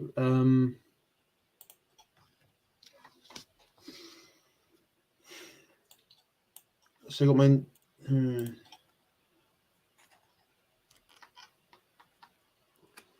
Any ideas? I mean, I would say a mace, but I don't think it is a mace. Is it? Okay, so I'm going to give two answers here because I don't know what the terminology. There's two different terminologies for this weapon. Okay, Right, is it a okay. mace and chain or a flail at all? I can't give you that answer because I know what you're talking about, but it isn't the right answer. It's not. It's yeah. I'll explain in a second. Okay. So, AM, you have a chance to steal because the chat has come in with club, and that is also not the right answer. And I'm going to continue with my nefarious strategy. Oh, okay. Well, it's a chain. It's just a chain. I would have answered a chain, by the way. I just wasn't confident enough to answer that. Yeah. I truly thought it was a flail. In the mine. We think it's in the mines of Moria that we're. No, he's whipping it around, and Legolas is ducking. Yeah. Yeah, because he's being led in by a chain. Yeah. Initially, he does have a club, but he attacks Legolas first with the chain. Yes, but I hope you can see why I couldn't give you that, even though you mentioned chain. So, AM, your question is, which of the Rohirrim hamstrings an oliphant by using swords in both hands? Hamstrings an oliphant? It is, well, I might be wrong. I don't know. I can't say very confident saying it is. I think it's Eowyn. It is Eowyn. Yes, it is. Right, chat. Here you go. Also, I was just going to say, I think people always talk about Eowyn proves that the Lord of the Rings isn't sexist. That's such a liberal argument. Don't use it, guys. Don't use it. It's a terrible argument. Right. Yes, it's we're the true feminists. Precisely. Precisely. All we needed was Arwen at Helm's Deep to go even further. I'm glad they cut that bit too. Anyway, chat. Which two hobbits does Boromir tutor in swordplay on the road south from Rivendell? Don't tell me, AM, that you've also got an answer for why Arwen would have been appropriate at the Battle of Helm's Deep. Oh, I struck a nerve, I see. No. I'm the controversial one here. No, I don't have any defense for Arwen turning up, other than it may have been a nice moment to, I don't know, confirm the relationship between Aragorn and Arwen. But apart from that, because most of their relationship is off screen. But anyway, I'll stop being subversive. Subversive, dark apostolic majesty. Yeah, and this is an interesting point. that when Eowyn marries Faramir, she finds contentment at last. The whole reason why she fights is that she's seeking glory, and she comes to realize that that isn't actually her what is destined for her. So this is for all the talk of kind of diversity and whatnot, actually Eowyn's story is an argument against feminism. Do you think that's a for rather cynical way as to why the House of Healing scene was cut from the film? Yes. The theatrical version. Yeah, and because this a lot of the content like that was cut allegedly was down to the studio, which I believe was it Miramax or was it which one was it? New Line Cinema. I know that Peter Jackson said that he had a lot of pressure from the studios to cut certain content. So I'm wondering if that effectively that was, because I'm trying to think even back then, like was it 2002, 2003? Well, the argument I heard actually was that the theaters actually had a say in this and demanded that the film be shorter. Because with the full-length Return of the King, you pay one ticket for 2 films, and they were worried they weren't going to make any money from it. Oh my! But the thing is, I remember films when I was growing up where you actually had like an interval, like they had several intervals. There was an interval when I saw Return of the King when it first came out. Oh, I didn't get an interval. I had to miss part of the to go to the loo or something. I had to miss part of it. Oh well, I mean, to be fair, it is still a very long film, so I could understand that argument personally. And Vingle is correct. It is Merry and Pippin. Yes. I think it's interesting though that even back then there was kind of these influences on Hollywood. But it's interesting if you look at a film like Gladiator, which is around the same time. It's not like apparent there. There's a couple of female warriors at one point in the Circus Maximus in one of the battles, but it's really not a major thing. Sorry, you mean the Flavian Amphitheatre? The Colosseum. Yes. Showing myself up here, but not only are they female, they're also diverse as well. That's true. They're on the losing side against a load of white men. I always find it amazed that cancel Gladiator. Hashtag Ridley Scott is a racist. We started it here, folks. I do have to wonder, like a lot of the Roman, I'm sorry, we're going to go diversion here, but a lot of the media around diverse Romans, it makes me think that maybe Ethiopia is way too overrepresented in like traveling around the Roman Empire or something. Because in fairness, though, the black characters there, and I can't remember his name, but Maximus's friend is Numidian.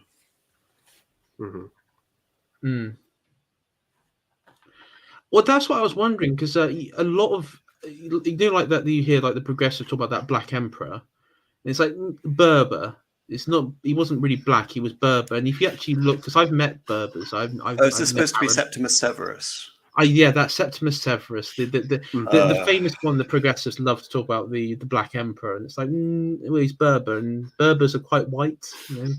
It's like, how can they be white? It's like Carthaginians, Phoenicians. Well, he came from was it Leptis Magna, which is near Tripoli. So yes, interestingly enough, not sub-Saharan Africa, still Africa, but no, definitely not black. No. But anyway, I think we're going down a dark tangent here. Best to avoid.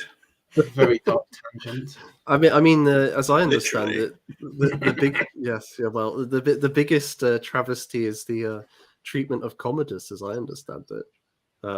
As this creepy, incestuous guy. Is that at all historically accurate? Commodus was more of a fun-loving oaf. He would go on to he actually would participate in gladiatorial combat. That part is true, but in the guise of Hercules, and everyone around him would have to fight wooden swords.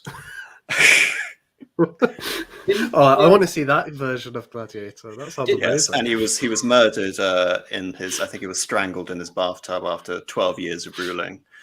So, and his sister did have a part to play in trying to get him assassinated. So parts of it are true, but no, Commodus is I think, much closer in the interpretation. Do you remember? What's his name? Incredibly famous actor who I've now forgotten his name. But anyway, there is the Decline and Fall of the Roman Empire, a film from the 1960s. Someone in the chat must know who plays Commodus in that film. But yes, that, interestingly enough, is almost the other extreme. Too many battles, other departures from history. But there's the same basic plot. There is a Maximus-esque figure who kills him in the gladiatorial combat. But I think that portrayal by Christopher Plummer, that's the name I was looking for. Christopher Plummer's portrayal of Commodus is closer in keeping to the historical Commodus compared to Joaquin Phoenix. Yeah, well, poor Commodus keeps getting killed off as the villain in all of these films. What's he done to Hollywood? That's what I want to know. Well, say like Nero, he's like the ultimate villain, isn't he, of emperors? I mean, he wasn't that bad, I don't think, as an emperor. I mean, got blamed a lot, but well, I can see a bit of pagan's version going on here, Al. All I'm saying is that the Christians, obviously the logical conclusion from the Christian perspective is that he burnt down Rome. But to his point, if I remember correctly, he wasn't even in Rome when the fire broke out. So a lot of historical revisionism. To my mind, a more interesting question is why Diocletian isn't as loathed as Nero, because Diocletian arguably did far more to persecute Christians than Nero did.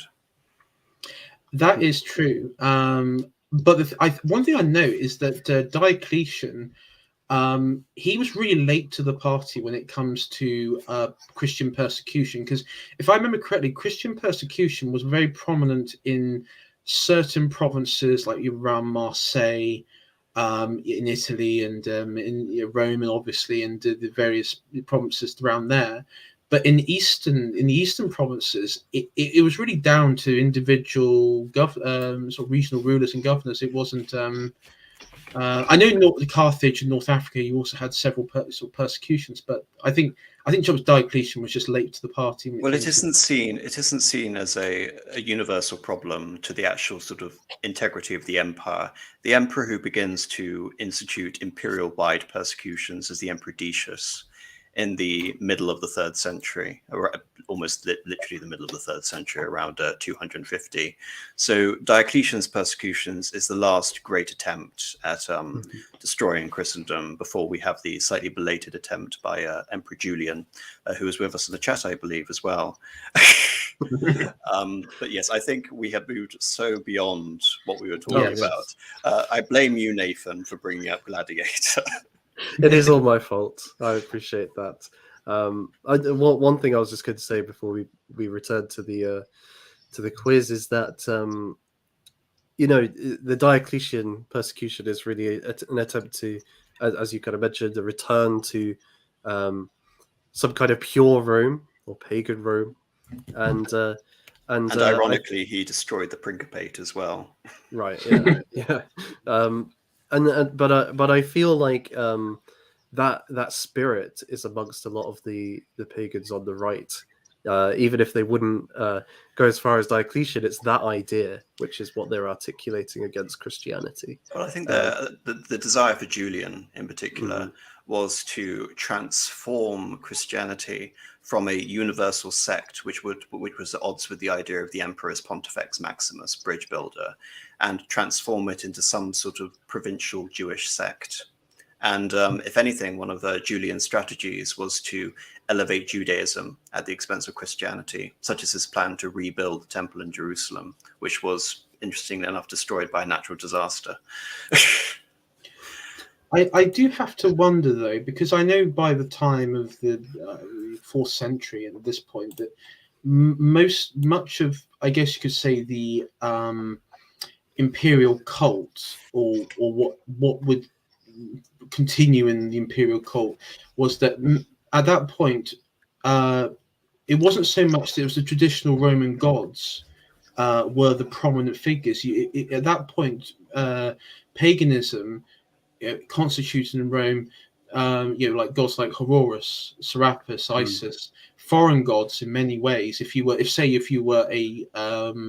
citizen living in, let's just say like Rome or a place like Marseille or Carthage or somewhere like that, in relative terms, it would be foreign in that regard. And so, because I know that, and then you had various cults as well, which were prominent in aspects of Roman society, like military and such. And so I always wondered that maybe at that point, Christianity was the traditional religion, because it hadn't really changed so much like pagan subgroups. Well, the interesting thing about paganism during this time is it was trending towards monotheism. Two of the main military cults, one, of course, was the Mithras cult. The other one, of course, was the cult of Sol Invictus. Yes. The Emperor Aurelian belonged to the cult of Sol Invictus, and he declared Sol Invictus to be the sole god in the Roman Empire. But of course, Diocletian took that one step further and declared himself to be Dominus et Deus, Lord and Master, God, essentially. So the Roman Emperor became a god before he became a Christian vice-regent under Constantine. So that was kind of sort of end stage paganism. Julian didn't make such a grand, lofty claim as Diocletian. Rather, he wanted to rectify this notion of the emperor as the Pontifex Maximus, building bridges towards all of the pagan religions in the empire, even though his preferred god was Helios, the chariot rider of the sun, the deputy to Apollo. This would make a great stream. The religious differences in the Roman persecutions and whatnot. That would be fascinating. But I say, if you're anyone in London, you can visit below the city, the site of cult of Mithras. You can visit the site there below the city of London. I've been there; it's really good. I think Edinburgh is the most northerly point of a cult site. We need to purify them again. Anyhow, Shiatori, your question is: what do the people of Gondor throw in front of Faramir's troops on their departure for Osgiliath? Do I have to say the type of flower? No, you don't. Okay. It is flowers, yes. Flowers, okay. Because I was going to say that would be that would annoy me. King's foil, no. Apostolic Majesty. Who first tries to tell Theoden of his son's death? Eowyn. It is Eowyn, yes. Okay, chat, here you go. Your question coming up. Who is thrown to the ground when the Deeping Wall explodes? Aragorn, Gimli, or Legolas? Who is thrown to the ground when the Deeping Wall explodes? Aragorn, Gimli, or Legolas? I love this moment as well because just before it's a great bit of storytelling. Theoden's just like, "Is this all you've got, Saruman?" And then Theoden's expression is perfect, isn't it? Oh, he's such a good actor. He's so brilliant. We've got an answer in here by Yorkshire saying Gimli. Gimli is incorrect. Okay, well, I'm going to buck the trend and say Aragorn. Yes. It is Aragorn. Yeah. So, AM, you get that point. So, Shiatori, we're back to you. Who refers to the coming battle outside Minas Tirith as a sword day, a red day? The sun rises. That's of course Theoden. Theoden King. Yes. I- That's 'cause such a I, great scene. Yeah, I was just gonna. One thing that I was, if correct me if I'm wrong, but in Anglo-Saxon, Theoden actually means king. The name is Theodorex, which literally means Theoden King. He fought alongside Flavius Aetius at the Battle of the Catalonian Plains against Attila the Hun, Yes, which is the obvious historical reference behind the Battle of Pelennor Fields. That, and of course, the Siege of Vienna in 1683, with Theoden also playing the role of Jan Sobieski. That's And if you want interesting. to find out more, guys, I believe you spoke at length about this AM on one of the streams we did on the Yes. influences. It was our first Lord of the Rings stream, I believe. If you want to go and check that out eons ago. The first stage of streams. So, no, it's before then. This is the time for the lamps. Indeed, that's a deep reference. So AM, how many good men riding with Eomer does Aragorn say will fight for Theoden? How many men riding with Eomer? So not so this is Two Towers. 2,000. Bang on the money. Right, and so we have our final question for this round for each contestant. Sorry, just a little tidbit there. The reason I remember this is I'm very boring and I focus on military logistics. And I often contrast the rather manageable sums you see in Lord of the Rings, 10,000 here, 6,000 there, 2,000 there, with the obscene numbers you see in Game of Thrones. 100,000, 50,000, 20,000. I don't know whether, because of course George R. R. Martin was just writing Game of Thrones to piss off Tolkien fans, whether that was a deliberate troll. My battles are bigger than yours. Every battle is like the Battle of Gernwald or something like that. These huge battles. Because I mean, how would that compare to something like the Somme? I can't remember the exact numbers of the Somme, but we're talking hundreds of thousands Yeah, at the Battle of the Somme. So completely incomparable. But in terms of low scale military warfare in the medieval period and the Dark Ages, that again is completely appropriate.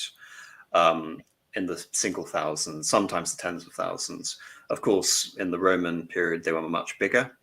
You have accounts of hundreds of thousands of, Cheruskis and Teutones coming over, Cimbrians coming over the Alps, and some of the battles we see in the Gallic Wars have tens of thousands. But no, the numbers diminish considerably after about the year 500. Jacob spotted something here.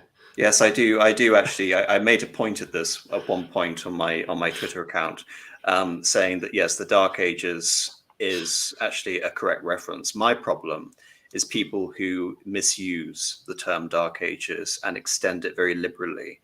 My focus here is talking about immediately after the West Roman Empire, and actually talking about later than that. We have the interim, where we have the Visigothic kingdom in Spain. We have the Ostrogothic kingdom under, how have I forgotten his name? Anyway, someone in the chat will know. The Ostrogothic king in Italy. And of course, we have the Frankish king and the Merovingians in France. But of course, around the year 600 to 800, these systems all begin to collapse. Someone is saying 476 to Charlemagne. I would date it a little bit further, actually. I would go probably around 570, when we have the failure of the armies of Julius Nepos and Belisarius to reconquer Italy. After that, and we have the Lombard invasions. That, to my mind, is the demarcator for the Dark Ages in the West.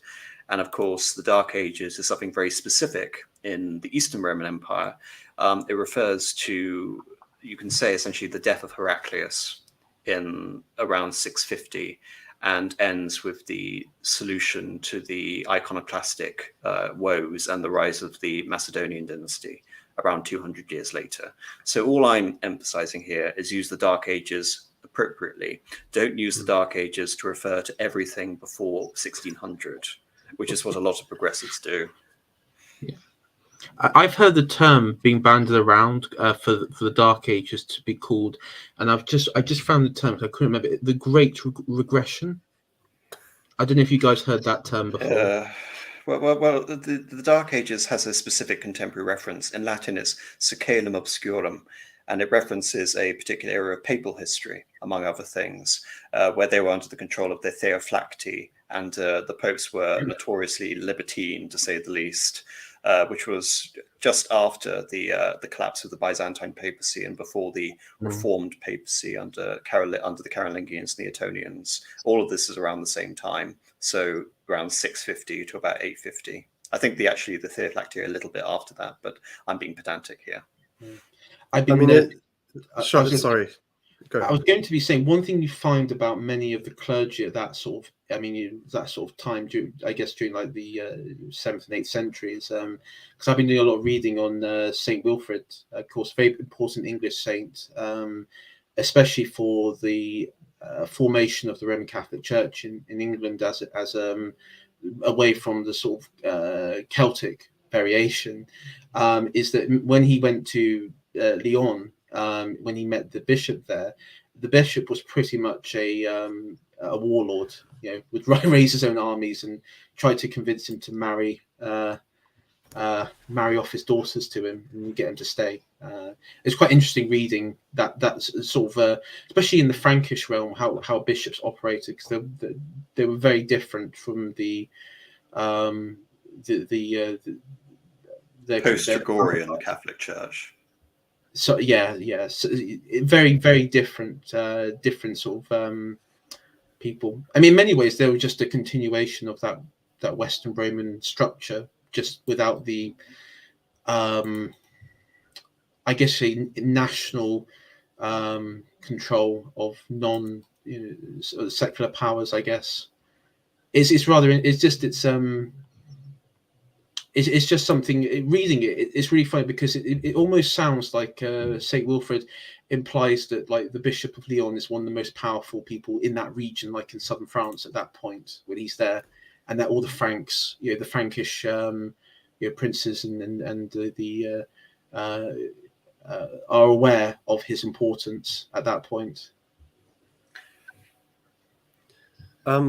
Just before we move on, when people say to me the Dark Ages, I always just say to them, do you mean the 20th and 21st centuries? Because we just mentioned hundreds of thousands dying at the Somme. If that's not the Dark Ages compared to medieval times, then I don't know what is. So I guess it depends how based you are. So is the Dark Ages everything post 1789, post 1914? Take your pick. Post 2020. Post the fall. Missing, you could get some. Everyone get some clout for a second. We could also say the Dark Age really started in 1688. Yes, you're going to bring out the inner Jacobite, so I wouldn't advise you do that if you're trying to avoid spurginess on this stream. Right, especially when I make the exception on this stream. I'm being the subversive sort of merchant class element in this stream. But reversal. No, we will have no wiggery here. None at all. None at all. Okay, a question for the chat. Who at Meduseld first offers to warn Gondor of the approaching onslaught from Mordor? Who at Meduseld first offers to warn Gondor of the approaching onslaught from Mordor?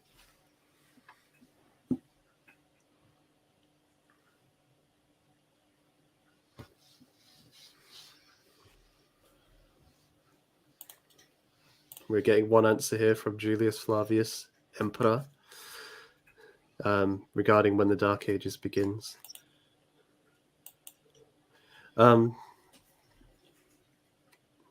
Yeah, I guess you can't pass. It's your question.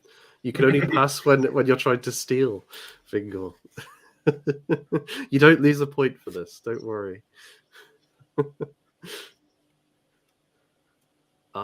We've got an answer. Grima. It isn't Grima. So would either of you like to steal here? The thing is, I can play out all those scenes in my head, but I don't know exactly what this question is referring to, so I'd Yeah. rather avoid it. Could you repeat the question just so I can? 'Cause I'm trying to think of the scene in any even extended version. So I'm trying to think. Who at Meduseld first offers to warn Gondor of the approaching onslaught from Mordor? Because what happens at Meduseld is that you have of course, Gandalf is already privy to the fact that Minas Tirith is going to be attacked because of the extended scene with Saruman in Isengard. And then that is confirmed when Pippin gets hold of the Palantir and again communicates the idea that Aragon, again, he's going to raise Minas Tirith to the ground before he will see a king raised there in Minas Tirith. But in terms of who offers to go, I know who goes. It's Gandalf the Grey goes with Pippin to become the counselor and guide to the steward. But I'm not confident enough because the question is too ambiguous. Shaitori, are you going to have a go for this?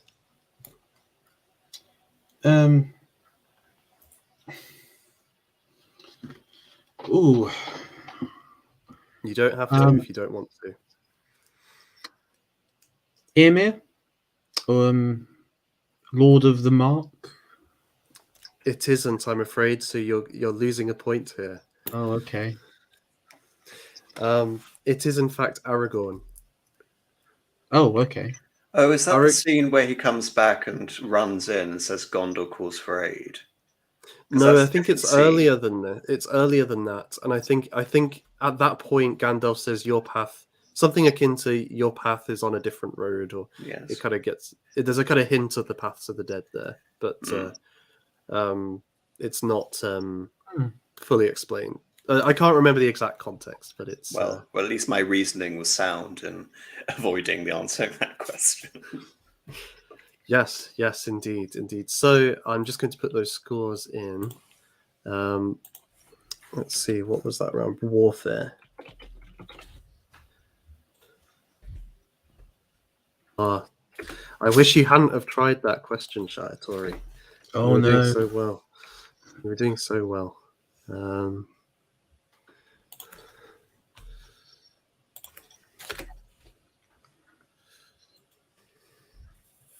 So after that round, AMU are on 20. And then the chat and Shaitori have both moved up 3 points. So the chat's on 13 and Shaitori is on 10. So we have 2 more rounds. But we can, if either of you need to go soon, we can just do the final round instead, if that's preferable. So just say. Yeah, I don't mind. We have to do final. I feel it's a very important point that we stay at least another 34 minutes so we can all sing happy birthday to you. Yes. Please. Okay, well, we'll do 2 rounds then. We'll do that. I'm sure we won't even get through one by that time, but we'll see how we do. So this round is places and history. So I'm expecting great things, Apostolic Majesty. Oh dear. And you have the honor of the first question here. What battle ultimately resulted in the creation of the Dead Marshes? Oh my goodness. And I'm looking for the name of the battle. I don't know the name of the battle. I was going to say the Battle of the Last Alliance, but I don't know specifically, no. I would say the Battle of the Last Alliance. I'm probably wrong. That is incorrect. So Shaitori or the chat have the opportunity to steal if they so wish.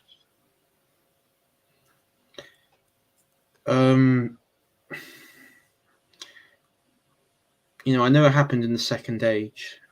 It's not saying much. Not pals. I wouldn't do it if you're really not sure.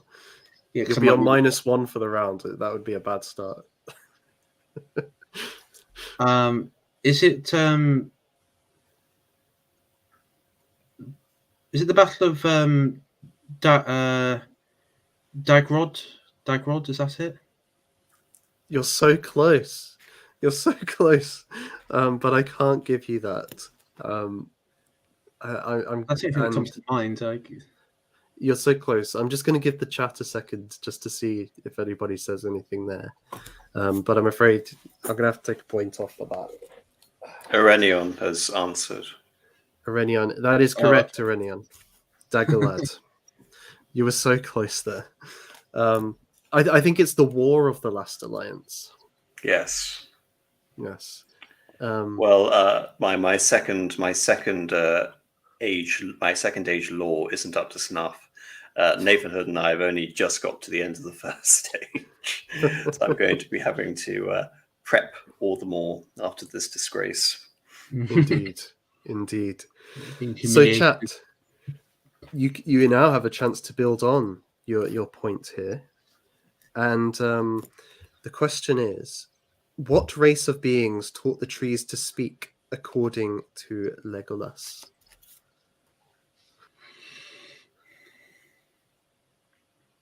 What race of beings taught the trees to speak?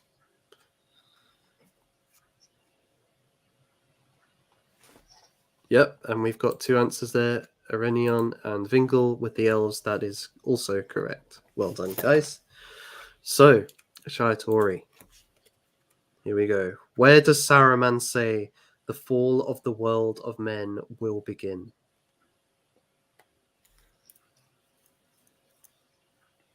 Where does he say it? I'm conflicted about this question because I don't think he actually says it in the film. No, he doesn't. And he says there will be no dawn for men. Yeah, I hard to guess because, like, in the film, he's like really only ever in Isengard, isn't he? So I mean, my guess, but I'm going to give you a different question because it says Edoras here, but I really think in the film he means Helm's Deep. So I don't think the answer is a correct answer to this question. Is it incorrect quotation applied to a wrong place?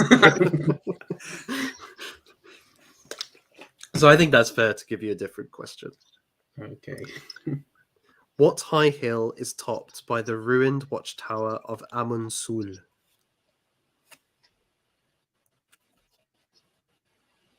So what ruined hill?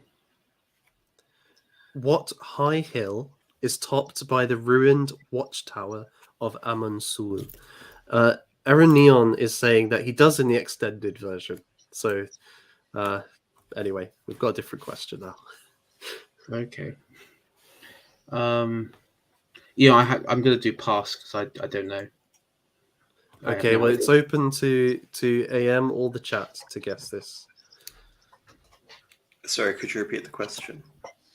What high hill is topped by the ruined watchtower of Amun Sul? The hill.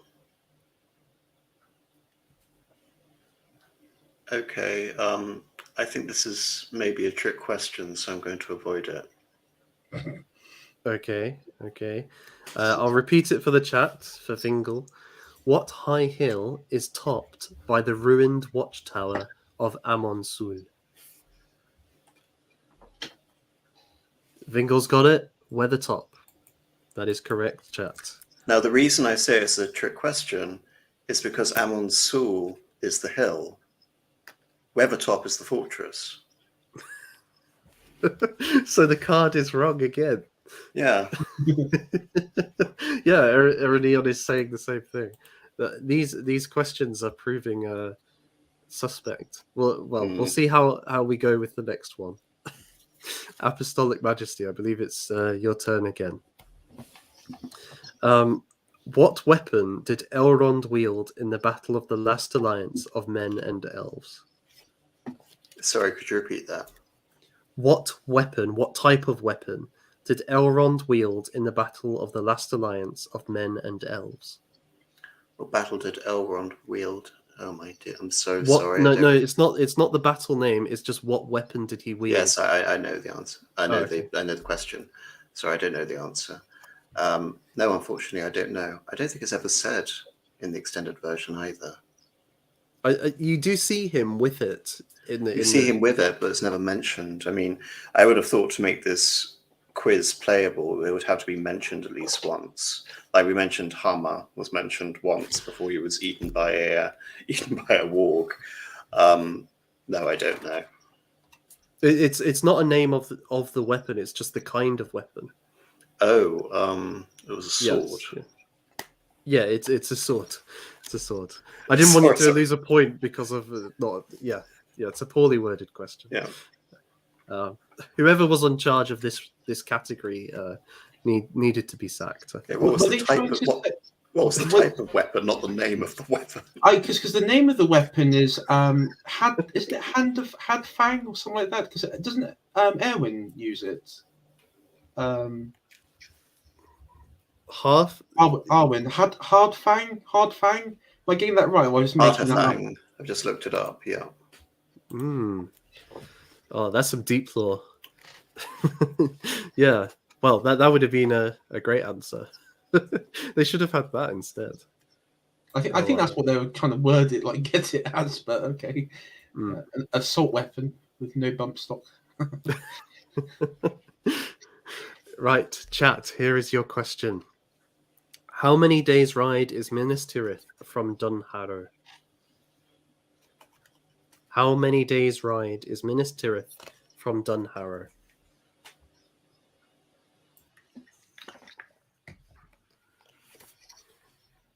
You could find the answer on TripAdvisor.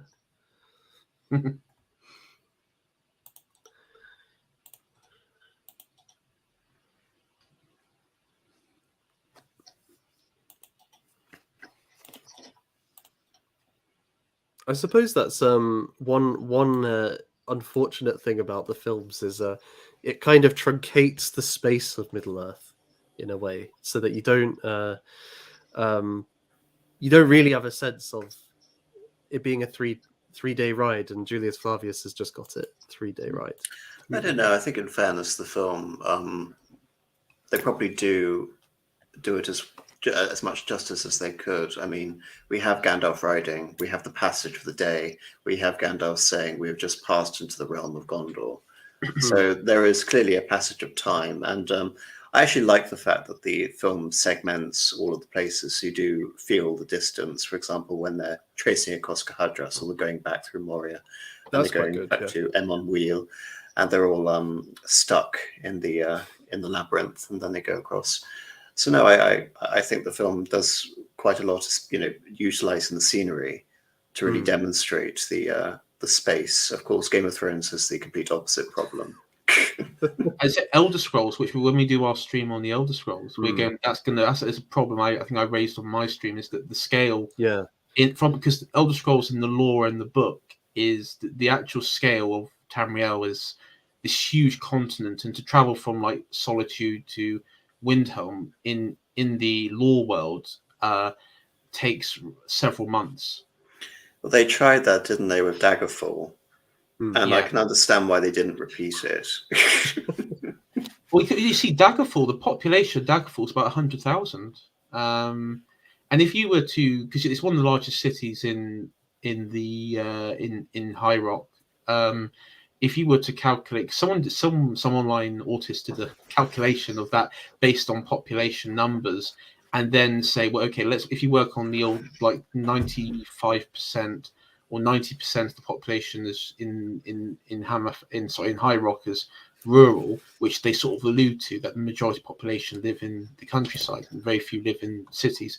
To calculate it, you actually come up to like, I think it was a population number of like 16, 17 million in High Rock. And then they do like similar calculations, and it turns out the largest ethnic group on Tamriel is the Dark Elves. Well, that's how I did my calculations. So I might be wrong. I don't know. Yeah. When it comes to the disastrous route which the Elder Scrolls and indeed Bethesda is going in, I would always advocate for quality over quantity, because what you're suggesting essentially they can make the world larger, and what will they do with it? They'll just populate it with faceless NPCs all offering radiant quests, probably with no dialogue. It's definitely something I don't want to see. So No, much. I want it like I mean, have a upscaled world, Tamriel, but just make it like Kingdom Come Deliverance style, where it's just really harsh. The people hate you if you smell and you got dirt on your clothes, and you have like absolute 100% racism everywhere you go when you cross provinces. I mean, that would be my ideal Elder Scrolls game. We need racism back. That's the thing missing from Elder Scrolls games. We need like just absolute bigotry on the extreme scale. Disavow for anybody listening. But yes, yes. I mean, Kingdom Come Deliverance is a case in point here. I guess it's good if you want that kind of experience, but if you're looking just for a kind of Skyrim experience, it's not going to be. It's not the same. It's a very different kind No. of game. And part of what makes Skyrim so great is that ability to just travel, but not be too far away from some kind of safety or resource, um, like hub, I suppose, before you go on your quest or whatever. But we'll get into all of these things in a month or two. Yes, yes. Shia Tori, I believe it is your question. What city is home to the wilted skeleton of the last white tree of Gondor? It's Minas Tirith, isn't it? It is Minas Tirith. Yeah. Well done. Well done. Okay. I was thinking, could that be a trick question? It just seems so too obvious, doesn't it? Yeah, I was like, So AM. What's the common name for the place known to the elves as Imladris? Imladris, sorry. Rivendell. Yes, Rivendell.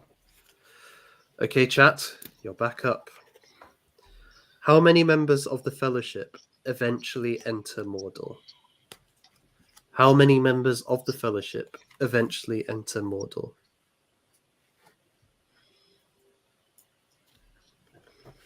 I'm going to bring up a political boundary map of Middle Earth to see if my theory is correct. Yes, I was going to say 2, but it might be a trick question. It depends whether Aragorn actually crosses over through the Black Gate at some point.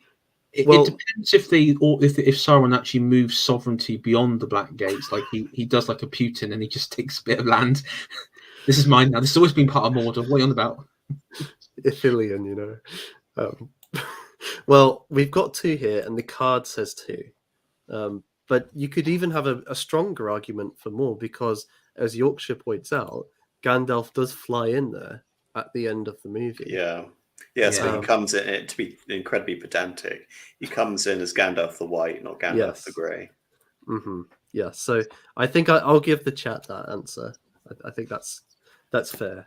But yeah. Have you found the boundary map, Shia Tori? It does look like that. Just the bit, whatever's behind the Black Gates is Mordor, and what's in front of it, they haven't claimed sovereignty yet. of they haven't extended their domain, but so yeah. It's interesting. I have a map of Wikipedia up, and they've got a differentiation between Mordor proper and Mordor claimed, which is quite interesting. And that includes all of the territory to the north and Ithilien, everything east of the river, interestingly enough. More orcs on the eastern shore. So by that logic, all of them have been into Mordor. Oh, that's true. Yeah. Possibly with the exception of Boromir. He never crossed the river. Yeah. Exactly. Well, we'll stick with 2. We'll stick with 2. But there's interesting logic behind that answer. Yeah, we could get into a whole debate about who has the right to the Ithilien. Shia Tori. What realm contains the dark, bitter waters of the Sea of Nirnan?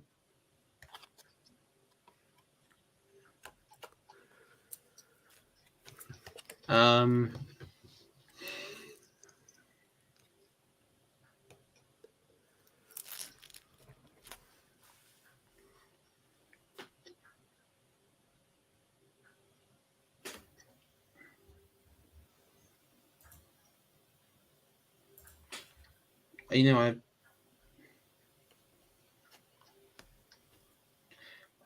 I don't know. I'm going to pass on that one. I Mordor. It is okay. Mordor. I wouldn't have It is guessed Mordor. that, but Yes. The other sea is Run, which is much further to the north. And is this Mordor proper or Mordor claimed? Yes, this is Mordor proper, not the extended boundaries of Greater Mordor. Yes. Yes. I think as well, like Aragorn gives that land to the freed slaves, doesn't he? Yeah. None. Yeah. Yeah. Well, Run was all. I mean, yes. I mean that area was already inhabited by the Easterlings, so, or at least the westernmost section of them. Yes, the greater sort of Saramanic Reich or something along those lines. Yes. Yeah. Saramanic, rather. I see. So AM, here's your question. What race of beings are Smeagol's river folk most closely related to? Hobbits. Yes, indeed. Right. So this is for the chat. Where are the hobbits when they acquire Bill the pony? Where are the hobbits when they acquire Bill the pony? Had a lot of potential, Bill the pony. Wish they'd done more with him. I would watch the Amazon series if it was about Bill the pony. Yeah, wouldn't we all? Yep, we've got an answer. It is Bree. It is Bree. Right, Shiatori. right. What higher beings does Arwen call upon to protect the wounded Aragorn?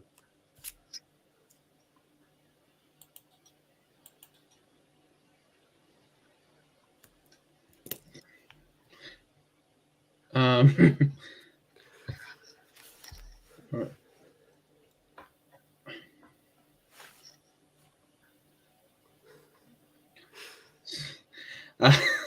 This might sound ridiculous, but I can't think. I'm laughing because AM got this lovely question about what is Gollum basically, and then you end up with you've been given like the deep theology of Middle Earth. Okay, well, if on the theology, God, I'm not going to pronounce this right, am I? Is it the is it Ardra? Is that the?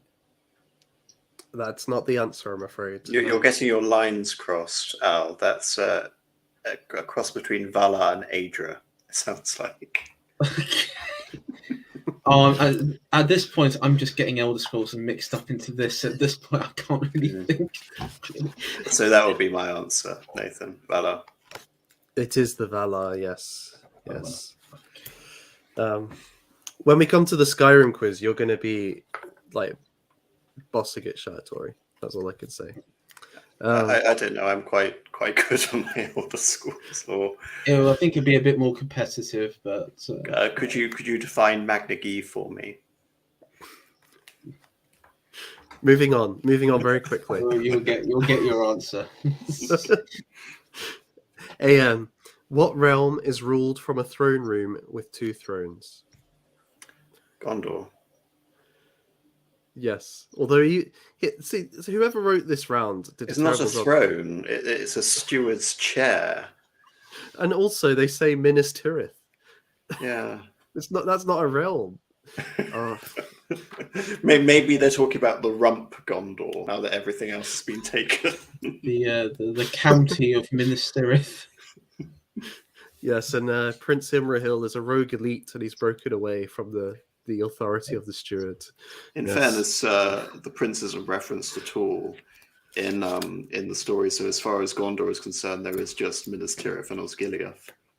Now that Osgiliath's gone, there's just got Minas Tirith. Yeah. Yep. No Dol Amroth. Which is sad because they're pretty epic. I love their swan knights. Right, so I shall add in that to the scores. And I'm not going to reveal the scores for this round because we're going into the final round now. And so there is another category on these cards, but it is film production. And I don't think, even if you'd watched the extended cuts and all the backlore stuff, you wouldn't know half of these questions. So I have a very different. I have something very different in store for you, Oh dear. which is the riddles from The Hobbit. And Ooh, I like riddles. yeah, so I thought this would be a fun twist. And basically, for this round, if you get it right, you get 5 points. And that applies also for stealing. So if you steal correctly, you get 5 points. If you steal incorrectly, you lose 5 points. So a lot can change here. How many questions are there? There's 2 each. Mm. Mm-hmm. Okay, so I'm going to give the first one. Shiatori, I think you're up first. Okay. Okay, so here we go. What has roots as nobody sees, is taller than trees. Up, up it goes, and yet never grows.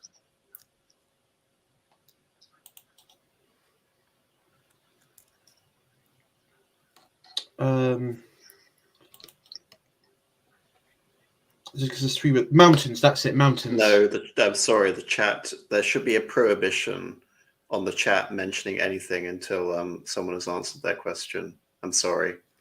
I did see the thing pop up before. I hate to be very competitive, but now the stakes have increased dramatically. Do you have other questions? Just so Al can answer that again, because that was a foul. That's annoying because I can't see the chat because I've got you full screened on my computer. What am I going to do here? Give me a minute. Let me just see if there's any. How many there is here? Isn't there like quite a few riddles? Isn't there? So like 10 riddles in total in The Hobbit. There's 9 riddles in total, so we could actually do. It was actually meant to be 3 each. That's what it was. Okay. But we'll do 2 each, and that will resolve this conflict. But yes, chat, please do not answer when it's not your turn, because it's going to prejudice this finale. So sorry about that, Shiatori. No, it's all right. We'll do. I'll give you the next one. 30 white horses on a red hill. First they champ, then they stamp, then they stand still.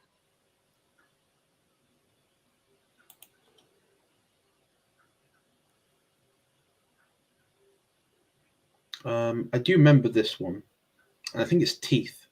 Is it teeth? Someone did. I'm not going to say it. You did get it before, Al, but someone, just as we put our prohibition on, said teeth. Luckily, it was a couple of seconds after you, so right. There isn't a He's problem. going in timeout for that.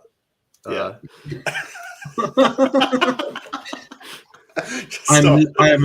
Listen, okay, chat. If you continue, I'm going to say the N word on stream, and everyone's going to be a loser in this. Well, Nathan's going to be a loser, so don't do that. I'm joking. Yeah, I will. I love it that I hate to be competitive, but I'm going to be super competitive. No, I'm just wanting to stop cheating. Just shut up. It's not my problem that you're shouting the answer. The thing is, as well, it's unfair to both players here. So I think, and to the chat as well. Yeah. So I think let's just play it real. Anyway, he can't do it for the next 5 minutes, so we'll keep going. So, AM, you're up next. Well done, Shiatori, for getting that. So, AM, voiceless it cries, wingless flutters, toothless bites, mouthless mutters. Wind. It is wind, yes. Well done. Sorry, I had to answer quickly to avoid the chat coming up with the answer. To be fair, I think it was only one guy last time. I think everybody else was pretty behaved. So, chat, this is your chance. But remember, it's the first answer which will be taken. So here we go. An eye in a blue face saw an eye in a green face. That eye is like to this eye, said the first eye, but in low place, not in high place. I'll repeat that. An eye in a blue face saw an eye in a green face. That eye is like to this eye, said the first eye, but the low place, not in high place.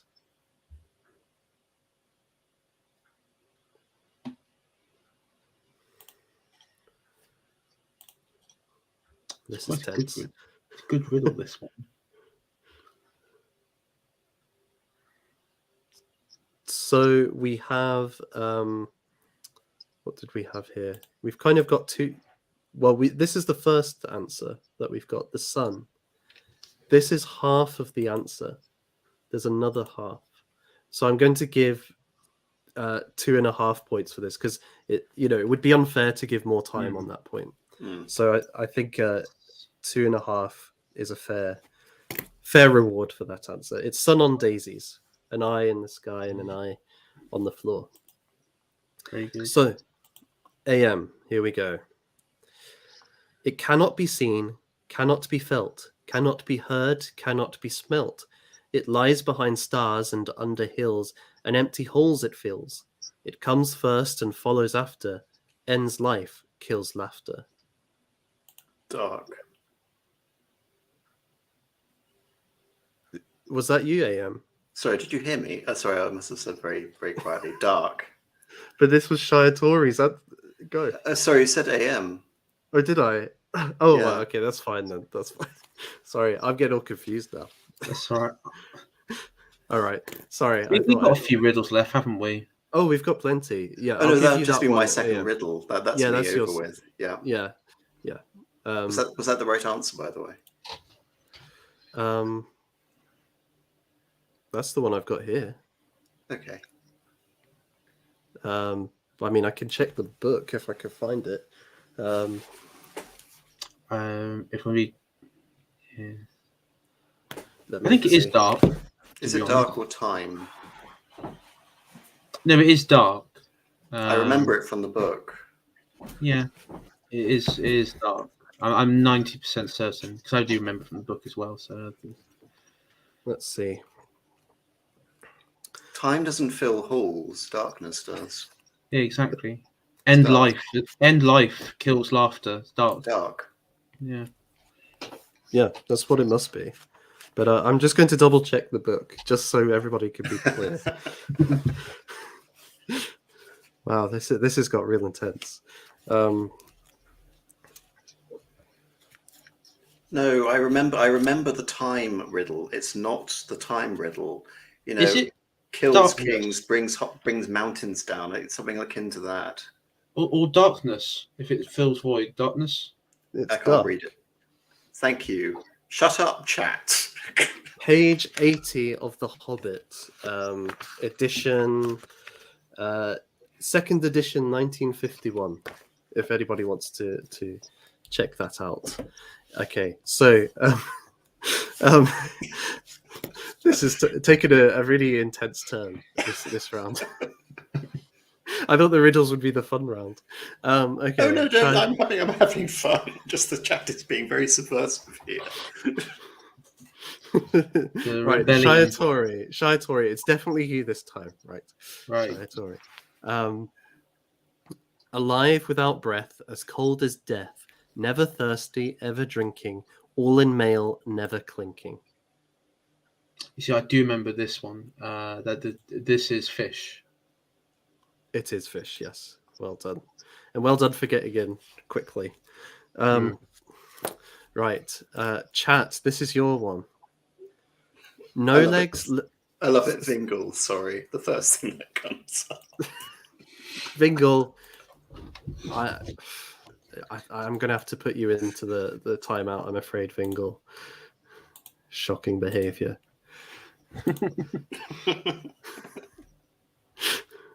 Now no one gets to have chat. Oh, there we go. There we go. I feel that, Nathan, you just unfairly prejudice the chat's chances of getting this question. Now you got rid of Ingle. I am sovereign of this channel. I make the exception. But they'll manage. They'll manage. They know the rules. They shouldn't be answering questions which aren't theirs to answer. So, right. Okay. So the next one is for the chat. No legs lay on one leg. 2 legs sat near on 3 legs. 4 legs got some. No legs lay on one leg. 2 legs sat near on 3 legs. 4 legs got some.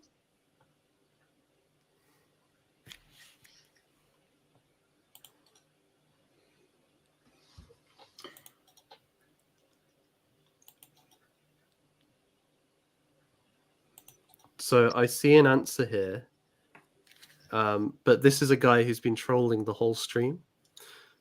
So I'm unsure whether to accept it or not. I'm going to wait and see if somebody else says something.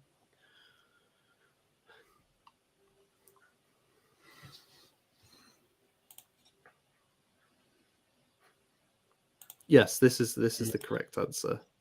Table and person in chair. Yes. So that is the end of the riddle round. All chaos has ensued, and I'm You going forgot the to last question. Sorry, Nathan. You forgot the last and most important question. What is in your pocket? Currently a tin of Vaseline, unfortunately, which wouldn't be very exciting. So let me put these scores in.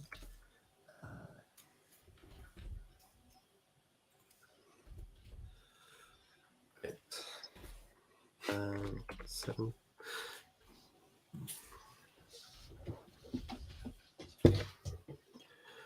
Okay, we are now ready to reveal the final scores. And yeah, fair enough, Wolfish Naturalist. You did get lots of right, but you also did troll a fair bit. And you did get that question wrong. Yeah, so take the mercy. Take the mercy. I was very merciful to you there. I didn't judge you for dog. Wasn't it cat bones as well in that riddle? Something cat bones? A fish on a little table, man at table sitting on a stool. The cat has bones. Yeah, that's true. But I felt that was quite a long answer to type into a chat. It won't make much difference as it stands anyway. I didn't think to so. The scores. So I'm going to share the scores. Share the scores now. Share screen. So there we have the scores. So well done to AM with a lovely score of 36. Did a great job there. But I feel everybody did a decent job getting through. Good scores all round. So well done, everybody. Thank you for taking part in this great grand quiz. I felt we had a good time and enjoyed talking about the deep lore of Middle-earth. And yeah, thank you for coming on. I really appreciate it. That's great. And no, absolutely. Thank you for having us. And it is now 2 minutes past midnight. Indeed. But I'll spare you the embarrassment and just say happy birthday. Happy birthday. I'm also sparing myself embarrassment. Thank you. And yes, would either of you like to shill? Shayatori, do you have anything you would like to shill? Yeah, I'm going to be continuing my juvenile. I'm going to do a part 2 from the first part. We're halfway through the first chapter because I did a lot of we did cover the introduction, then the first book of the first chapter. So we're still halfway through the first chapter. So that'll be probably that and the second chapter. So that'll be coming up at some point this week coming. Maybe it'll be released. It'll be pre-recorded, so it won't be a live stream, but it'll be pre-recorded, ready for Thursday, I would say.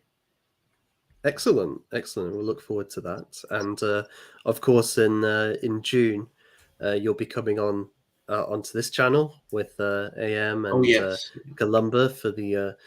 We're going to be discussing the politics and history and philosophy of the Skyrim Civil War. So look forward to that. And if people want to beforehand, check out Shayatori's stream on a lot, which gives a lot of the background to that in the kind of ancient history of it. So I think that would be something I would definitely recommend, for sure. It was an excellent stream. Oh, thank you. Yeah, it'd be on my channel, I see. Leaving sort of thing is, I will ask the chat in if they're Elder Scrolls fans, which was the first Atmoran settlement in Tamriel. There you go. That's a bit of a deep lore one. We'll see if anyone gets it. AM, is there anything you would like to shill? I'll just wait for the chat to try and have an answer first before I think okay. I can answer it.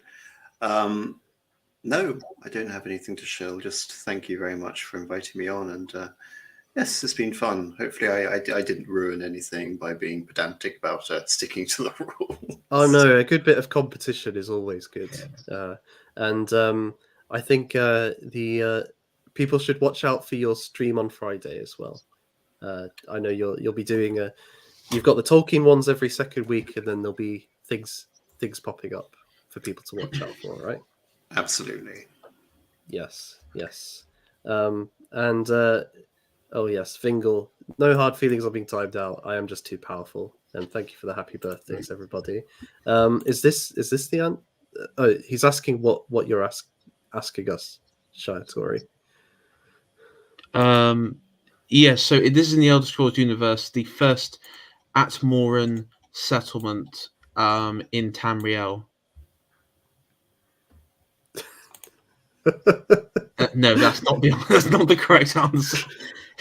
Though I guess in some ways it is. I see that actually might be a deepest lore aspect on itself, because he might actually be half correct, but it's a cow town. Again, you are quite close. We'll come to this question in a second, but I know AM wanted to go at guessing this. Go for it. No, I just wanted to see what the chat had to say first, and I'm appropriately delighted. I would probably say the winking skeever as well.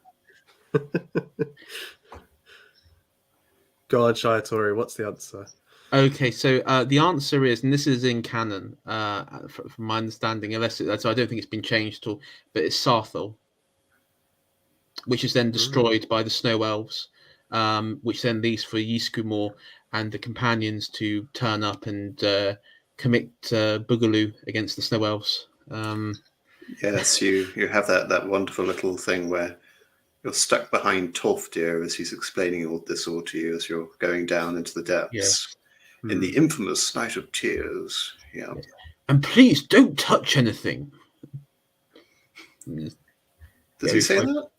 Yeah, remember. He goes, and for the love of God, don't touch anything. Don't recall that anyway.